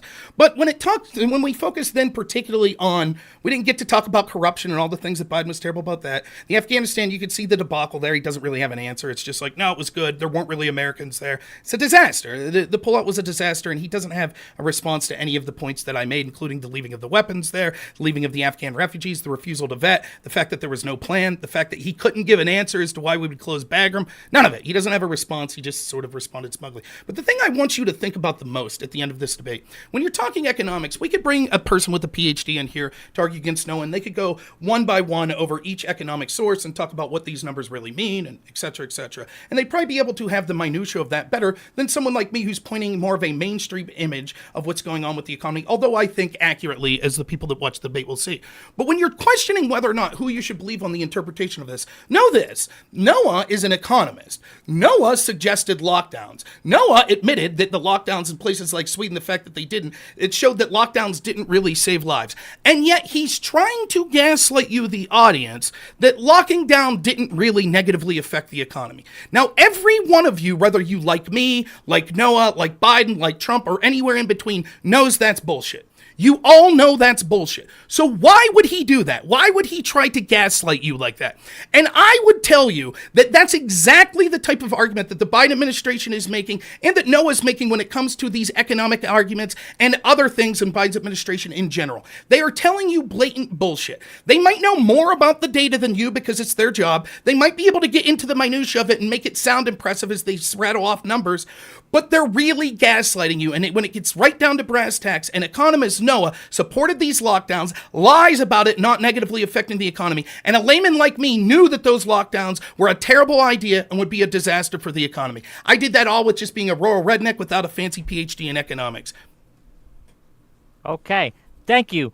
Gang, where can you find you? Rob, where can they find you? Normal America with Rob Noerr on YouTube and just Rob Noerr, Noerr on most platforms. Okay. Thank you, and I'm going to trust you won't interrupt, and we'll see how this goes. Noah, your turn. And I see you guys in Super Chats. I'll get to them. Yeah, the reason I won this debate is because people could see that while I was willing to actually carefully consider each point, Rob read off a list of prepared talking points. If you are already deeply ensconced in the MAGA extended fantasy universe, then you will understand glossolalia, speaking in tongues like, GDP went down by a third, and other just completely, made up pieces of bullshit. Again and again, Rob was like, oh, I misspoke this number, because he didn't understand any of the numbers that he was saying. What happened is that he's in this fantasy extended universe, and he's part of a network of fantasy authors who writes talking points like, GDP went down by a third, Americans are, native-born Americans have lost their jobs, and Bagram Air Force, and blah, blah, blah, and all this stuff, which again and again, he just said things that were just flat out wrong. He didn't even understand the numbers that he was saying. And people can see, if they're not already deep in the fantasy universe, they can see that this is fantasy. They can see that you just repeating a whole bunch of talking points that you don't understand at all. And yes, that frustrates me, because I've lived my entire life trying to understand things, and when people don't care that they don't understand things and simply want to yell things that make other people not understand things, yes, that annoys me. Biden's economy has been absolutely great. Yes, there was inflation. Yes, inflation went down. The job market is better than it's ever been. Wealth is at all-time highs. Wages are at all-time highs. Like, these are, by any reasonable definition, the economy is doing well. And when you ask people, consumption is up. People are eating more food. People are shopping at stores more. People are buying more stuff. When you ask people how their own economic situation is doing, they say it's great. These things bounced off of Rob because Rob has shield of fantasy. But when if you actually try to engage with these numbers, that's what you see. And I think that people who are watching this debate will have seen the vast gulf between someone who's willing to say, yes, Biden messed up on some things, but then here's all the stuff he got right, and on balance, he's good. And someone who reads off a list of AM radio talking points. I think people will be able to see that difference. Anyway, has Biden done everything great in his presidency? No, he's messed up. Show me a president who hasn't. Is the economy good? It's really, really good. Is immigration good? Overall, it is, because most immigration is legal immigration. And the border crisis sucks, and we need to fix it and change that law. But overall, our immigration policy has been fine, because we didn't even talk about legal immigration, which is the bulk of all immigration to America. Anyway, so Biden has done a good job as president, including on manufacturing and the stuff that I was talking about that we didn't even get a chance to talk about. The strengths, including on foreign policy, that we didn't even get a chance to talk about, including on, crime, which we did talk about, where, I explained why the data that I was citing is the best data, and yes, it's showing that crime is plummeting, and that was never acknowledged. The thing is, if you don't acknowledge the points where your side of the political spectrum, where your side of the debate is actually weak, if you don't, I acknowledge the things that Biden did wrong, right? I acknowledge the mistakes that he made. But if you don't acknowledge the strengths that he has, and if you simply have a list of talking points prepared for each point to say Biden was terrible on this, terrible on this, terrible, and you never once acknowledge, oh yeah, Biden actually did this one thing right, then people can see that it's not credible. People can see that you're not being an honest broker. And that is why, I would still rather be honest and concede that there's things that Biden's done wrong than be dishonest and simply read down a list of talking points. There's my final statement. Where can people find you if they want to find more of you? People can find me at the blog No Opinion, NOAHPINION. Check it out, gang. Both of you, thank you for being here. Gang, you are talkers. I had a whole list of I had things fun, though. that I we did. didn't get to, but I hope you guys enjoyed it. I hope you had fun. I'm going to let these two go. I know they got places to be. If you had audience questions, Whick, I could stay. I'd play for another hour. Questions, right? Like, All right, I've got go. See you, Noah. chats to read. But yeah, Take it easy. See you later, buddy. Yeah, but if you want to call in, gang, if you've been watching this and you've been shaking your fist at the screen like, why don't they bring up X? Why don't they bring up Y? Why don't they bring up Z? And you want to come in and do that? Here's how you could do that. I'm going to put the link to my Discord in the chat, both in YouTube chat and Discord chat. You click that link, and you'll come to a page with rules. Accept the rules, and then you jump backstage, which is at the top of the Discord, and I'll pull you in. Let me get that thing right now, and I have a poll going in my YouTube, right? And you can click who you think won so far. Do I get to vote? The poll's not over yet. Robnoerr is polling at 67%. So, Oh, well, thank you. for what that's worth. Those mean Let me nothing, get just you so the- everyone knows. That's. But thank you. But yeah.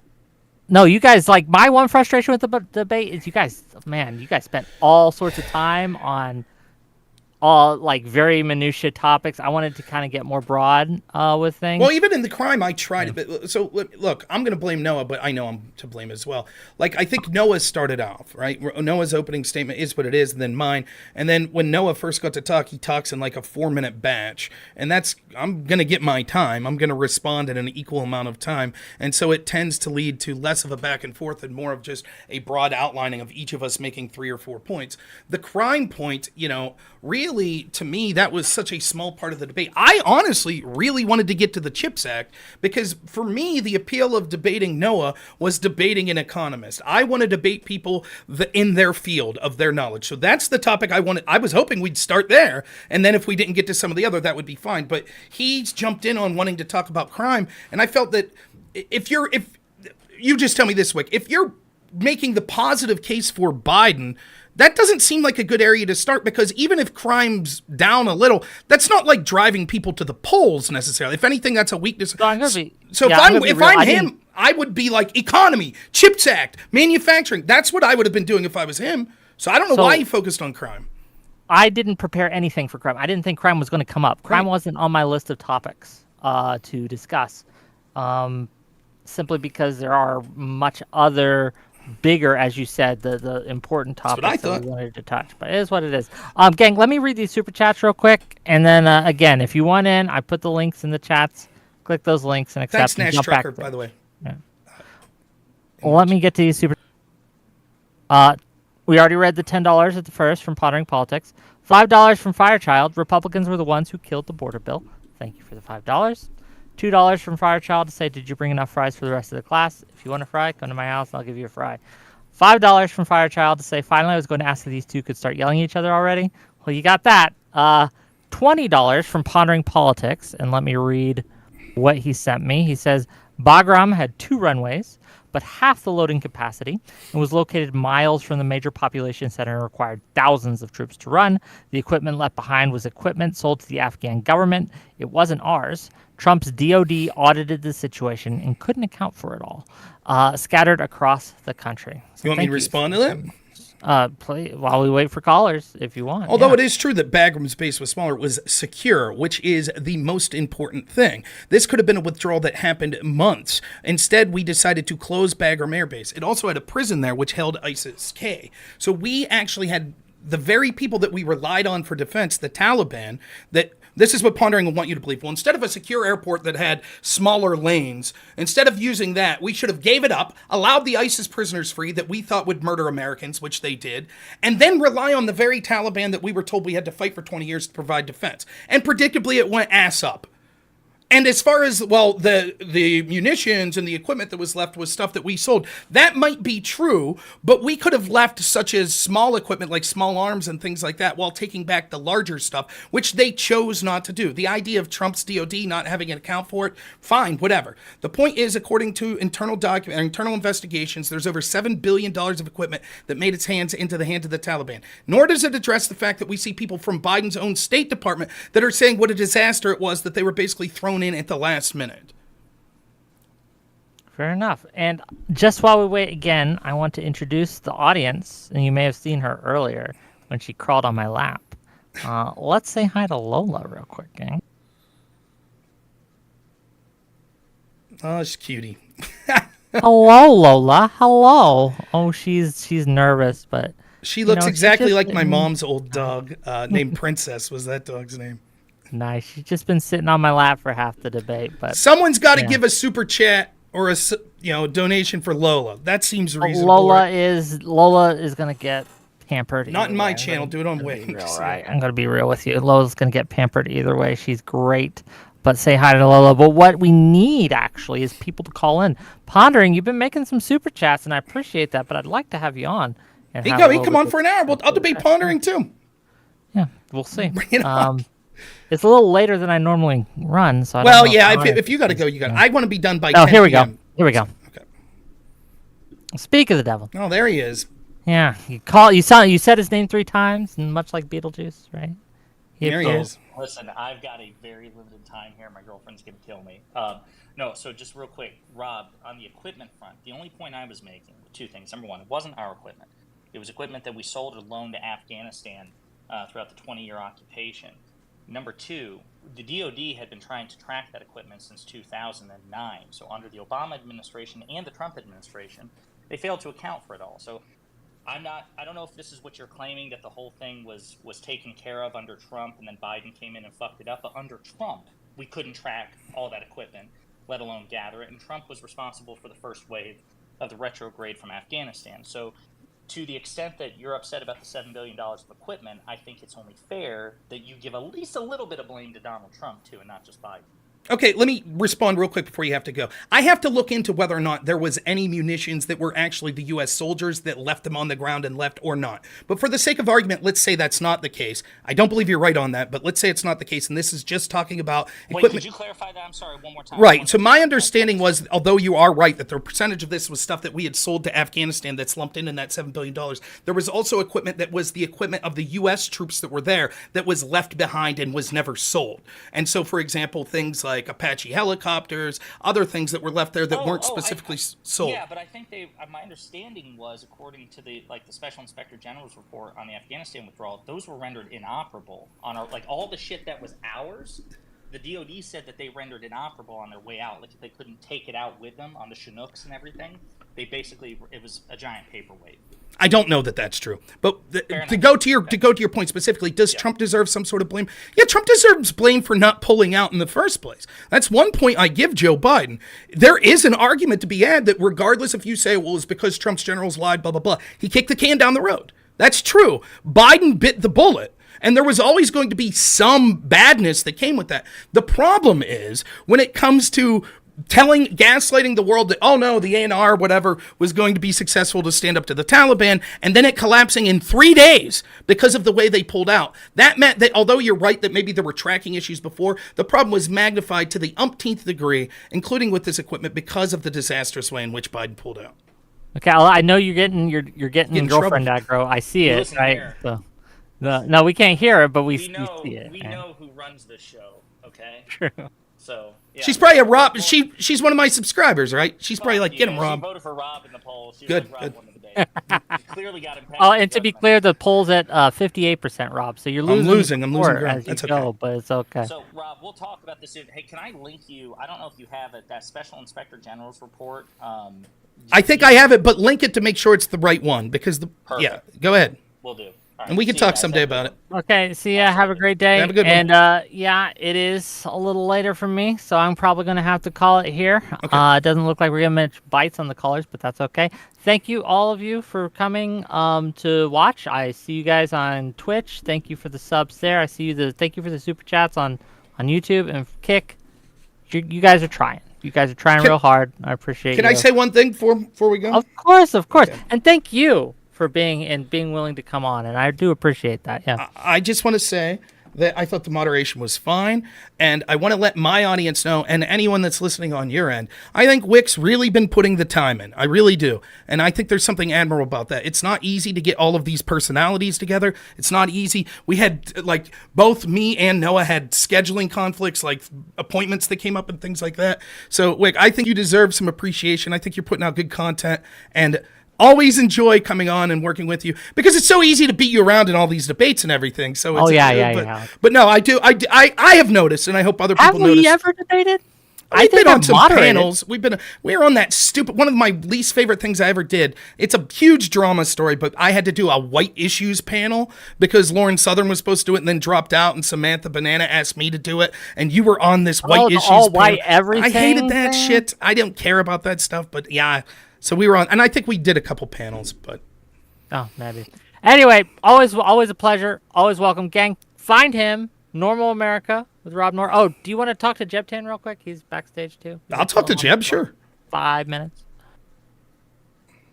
He's probably going to agree with me, I would think, but probably because he's that kind of guy. He's terrible at his D&D arguments. He got roasted over the. No, yeah, I am absolutely going to agree with Rob. It was more that I didn't like the impression that Noah pulled off that he had brought up a bunch of great facts that Rob couldn't respond to. And I just wanted to take like 5 minutes to poke at some of those facts, if that's okay. So, first off, economical, since he's the economist. He did this thing that a lot of Biden supporters do, where they just say a bunch of things that are almost always true, and then give credit to Biden for them. So he's like, wages are at all-time highs. We haven't had a year where the national wage index went down since 2009. So wages are always at an all-time high. Wage growth, as far as pace, is kind of high if you completely ignore the fact that it's recovering from COVID. But if you don't ignore that fact, the fact that it is so similar to what it was under Trump is really concerning, because the wages should be shooting back up. Especially when you consider we've spent $6 trillion, wages should be ballooning. He also said people are in less debt than they've ever been. Just not true. Nowhere says that. There's one outlet that says something kind of like it, which said that 40% of people say they're in less debt than they've ever been, than they were before. But that's literally a minority. And if you look at total household debt, it's up. In every sector, it's up. There's not a single sector in which debt has gone down. He also mentioned that overall wealth is high, and then he kind of admitted without realizing it why that's a paper tiger, which is that there are a bunch of people whose homes are worth a bunch of money, but guess what no one's doing right now? Buying homes. Right. So if you have this gain in home value that you can't realize, you've gained, congratulations, no wealth. But your insurance has gone up, and your your property taxes have likely gone up, because you bet the government is taking their chance to reevaluate home values at this time to get their piece of the pie. And then the CHIPS Act is my least favorite one. The CHIPS Act was a terrible, too late, too expensive bill. We spent, on the lowest end, we spent $40 billion in subsidies for chip manufacturing. And there are 3 big plant announcements that get credit from this bill for some reason. The Intel plant, which was announced 6 months before this bill even passed the House. The TSMC plant, which was announced a year and a half before this bill passed the House, and a year before the bill was ever brought to the House or introduced. And then the Micron plant, which is a plant that hasn't been built yet and is a $15 billion plant. So we effectively spent $40 billion in subsidies, which isn't all of the spending in the bill, on one $15 billion plant in Iowa or something, which I would argue isn't great when you're pairing it. And the question just is it good economic policy to pay for things we were already going to get in a period of time where we're trying to cool down the economy? I think it's no. It seems like Noah is taking a lot of facts for granted that are suspect at best, and completely not true, and kind of purposefully deceptive in other cases. So I just wanted to come in and put it on the record. Now, Noah's not here to refute your points. I don't know what he concedes them all. That's I would. Yeah. I would. I would. What's the word? I'm brain farting because it's so late.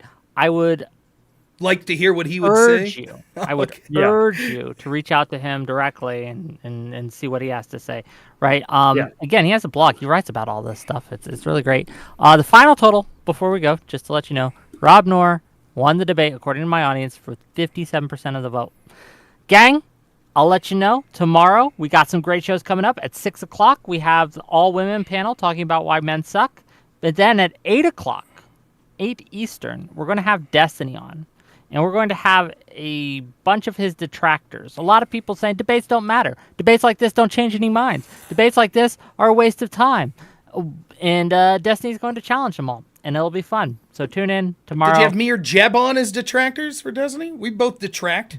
Do you both? I'm busy tomorrow. As far as I know, think debates are fine. Oh yeah, I just Yeah, I detract. think it's Well, on yeah, the you topic don't of you don't debate. disagree Yeah, with him no, on this. I agree. I am a Destiny detractor on of this. Destiny. That's all I'm saying. Yeah, sure, fair enough. But I think of this one, you guys kind of agree. But for now, peace out, Girl Scouts. Thanks so much. Thanks, You guys Jeb. later. Yeah, Thanks thanks for letting me See you on guys. real quick. All right, let's do this. We'll talk a little.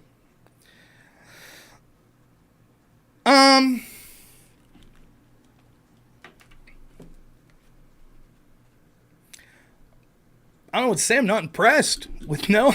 I don't know what to say. I thought, I was like, man, this is going to be like a really in-depth debate. Other than the economy debate, which I don't even think he won that. I don't even, thanks so much, Tengo. He's just ignoring so much of what I say. I won't disagree that he has a knowledge of spinning specific narratives from these numbers to spin a story, and it's hard to rebut them all, particularly in the big chunks that I think he starts talking in, but I certainly do as well. But he's ignoring all of the facts that we see of people spending into ridiculous debt, the fact that we spent on pace to what Trump spent and we're getting almost no bang for our buck, the fact that people have suffered mightily in the first 2 to 3 years of Biden, and the big saving grace is, but it's getting better now, and it's not. The numbers are trending the other way. He just doesn't answer any of it.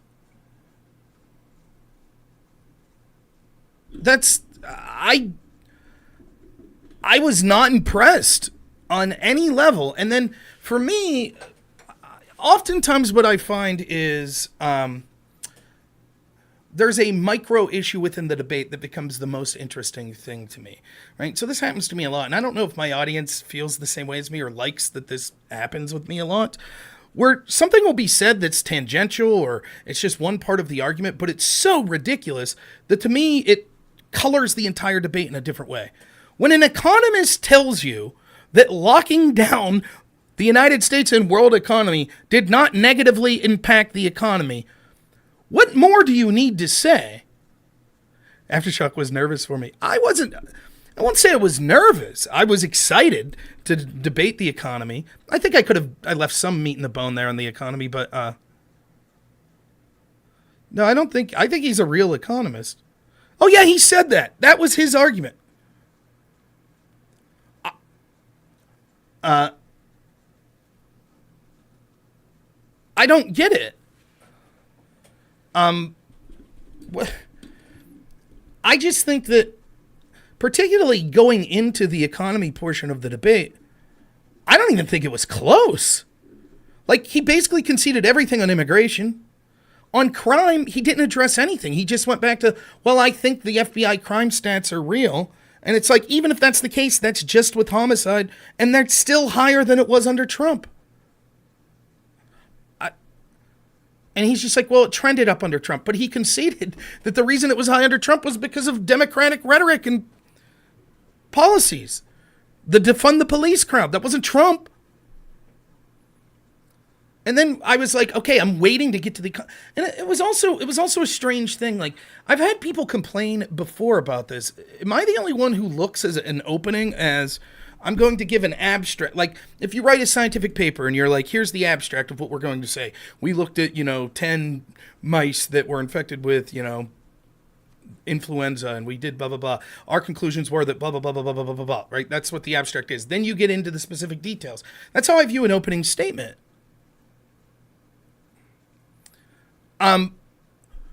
I don't understand what the problem is with, you're asking, was Biden's presidency good? I'm like, no, here's 10 reasons why not. Now let's talk about each one. I'm fine with that. Yeah, and then he did a similar thing right after. Of all the things to focus on, he wanted to focus on crime? And again, I just want to stress, I tailored my opening statement very specifically because I was trying to argue things that Noah wanted to argue. So, for example, here's Noah's article that I was responding to. That sort of, now Whick kind of sold this as something it wasn't. Whick kind of made it seem like I read this article and then reached out to Whick and was like, I want to debate this guy on this. That's not what happened. Whick said, do you want to debate this dude? And I said, sure. And he said, by the way, did you read this article he wrote? And I was like, no. And he's like, I'll send it to you. So here it is. This is Noah's article, The Positive Case for Biden. Okay. And you could see he basically says industrial policy. He's basically talking about CHIPS Act up here. Okay. Then he says foreign policy. Okay. That's the second thing I was going to talk about. In here he says Afghanistan. Trump left a skeleton feet. Therefore, he did the right thing to withdraw. The withdrawal was executed well, with only U.S. casualties being 13 victims. So, okay, I was like, let's talk about that. That's why at the end, when he said we only have a little bit to talk, I was like, let's talk about the things you wrote about. And then, at the end, he talks about the general economy and safety. And he talks specifically about crime. So that's why I brought up crime. If you asked me the reasons to reject Joe Biden, I would have 20 reasons before crime. But I was trying to focus on, I'm just in my opening statement was like, here's the things you mentioned in your article. I think that you're wrong about them. And like, all of a sudden that's became the focus, which is fine. I didn't get to talk about any of the things that I wanted. That's the irony too. You think of the things we talked about. It was the things that he, sans immigration, maybe. But he even did talk about that. Thank you, David. He tried to call me a racist at the end. I didn't hear that, but thank you so much for the super chat. I wanted to talk about Joe Biden's corruption. I wanted to talk about Joe Biden's incompetence. I didn't get to talk any of that. Can we call in tonight? I'll probably end it, so probably not, Marcus. I apologize, but I don't know. I'm not saying this to be rude or not. I don't think he's a terrible person or anything like that. I thought he got a little flustered and childish throughout the debate, but whatever. I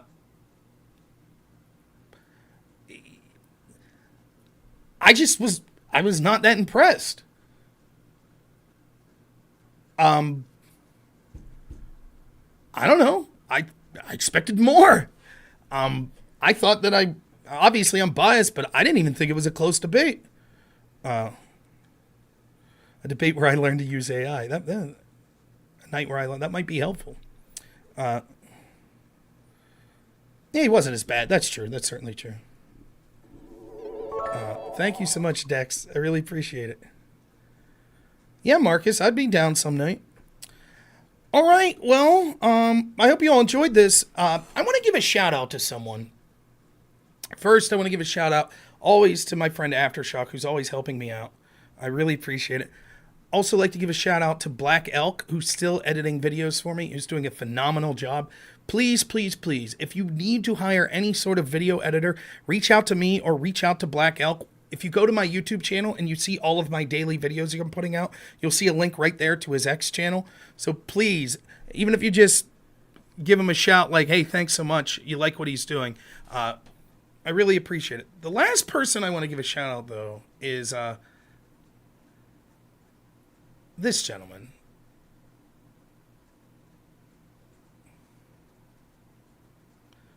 Professor Peter St. Onge. And he actually, that's his at his Twitter, he actually reached out with me with a couple of tidbits of advice regarding this debate. And I hope I did him proud. I'm going to see if Black Elk will particularly section out the section of the debate on the economy, and then maybe Peter will give me some advice on where I could be. I thought Jeb did very well. There were a lot of things I wanted to discuss. I had a document with a bunch of economic research. I had to remind myself that you can't necessarily go through everything. So there were things I didn't get to.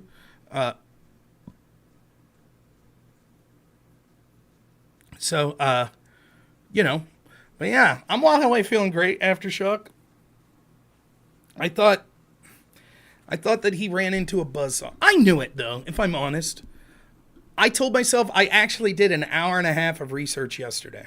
I actually did. And I told myself if I just get an hour to 2 hours in on the economy, I'll feel good. And I got that, and I knew I was...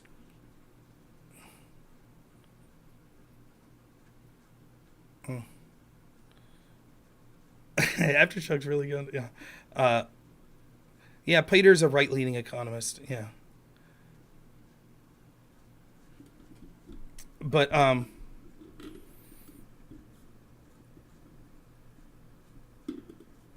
I think that it's, yeah, I spent an hour and a half. I don't have an economic degree. I wanted to make that point clear. And, you know, I just thought that it was important to do that. So, yeah, I agree. I have an advantage, which is I'm right. No, Peter was great. So, all right. Well, I hope you all enjoyed this. Look for Black Elk to be clipping this, and check those clips out on YouTube. I think it'll be cool. Let's find someone to raid, and then we'll get out of here. I thought Whick did fine too. You know, I think he interjects a little too much for my taste, but it's not too egregious. Like, he shouldn't be picking this subject. I was trying to move it along. SMG, but I only have 11 You bullets, even heard me say several times, like, I'd like to move on from crime. So I don't know why. Like, I'd like to move on from. Oops, sorry. Who we raiding? Wake the Peace, Stardust from Hell Pickle. Any preference? I saw Nikki Haley's voting for Trump. Yeah, his blog's great. Thank you, TLS. He's fantastic. Let's just do John Burke. Is he streaming? If John Burke's, I didn't know he was on Twitch. That's, yeah, sure, of course. I didn't know that he was on Twitch. Of course I'll raid John. I heard he got engaged. Regardless of what you all think of John, not liking Trump and what have. It says John Burke's official raid settings do not allow you to raid at this time. So unfortunately, let me see if I can. Let's see if I can. If I follow him, maybe I can. Echo, you're doing. I don't know.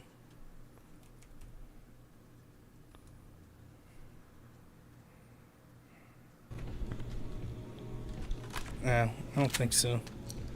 Oh well, we'll raid. You guys want from Hell Pickle or raid the beast or wake the beast? Wake the Beast I find to be this incredibly interesting guy. He's crazy. Let's do him. Oh wait, Aftershock's got something. Go for it. Oh, never mind, he says. Okay. We'll raid Wake the Beast. I think you guys will like him. He's weird. Good guy, I agree. He's the type of guy that makes me feel stupid, and I don't know why. Also, Jebtan was on fire. Hey, good.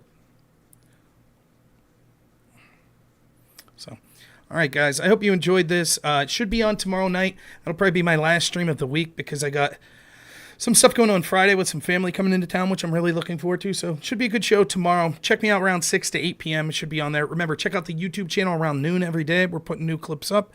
Thank you all. I hope you enjoyed this. As always, have a good one.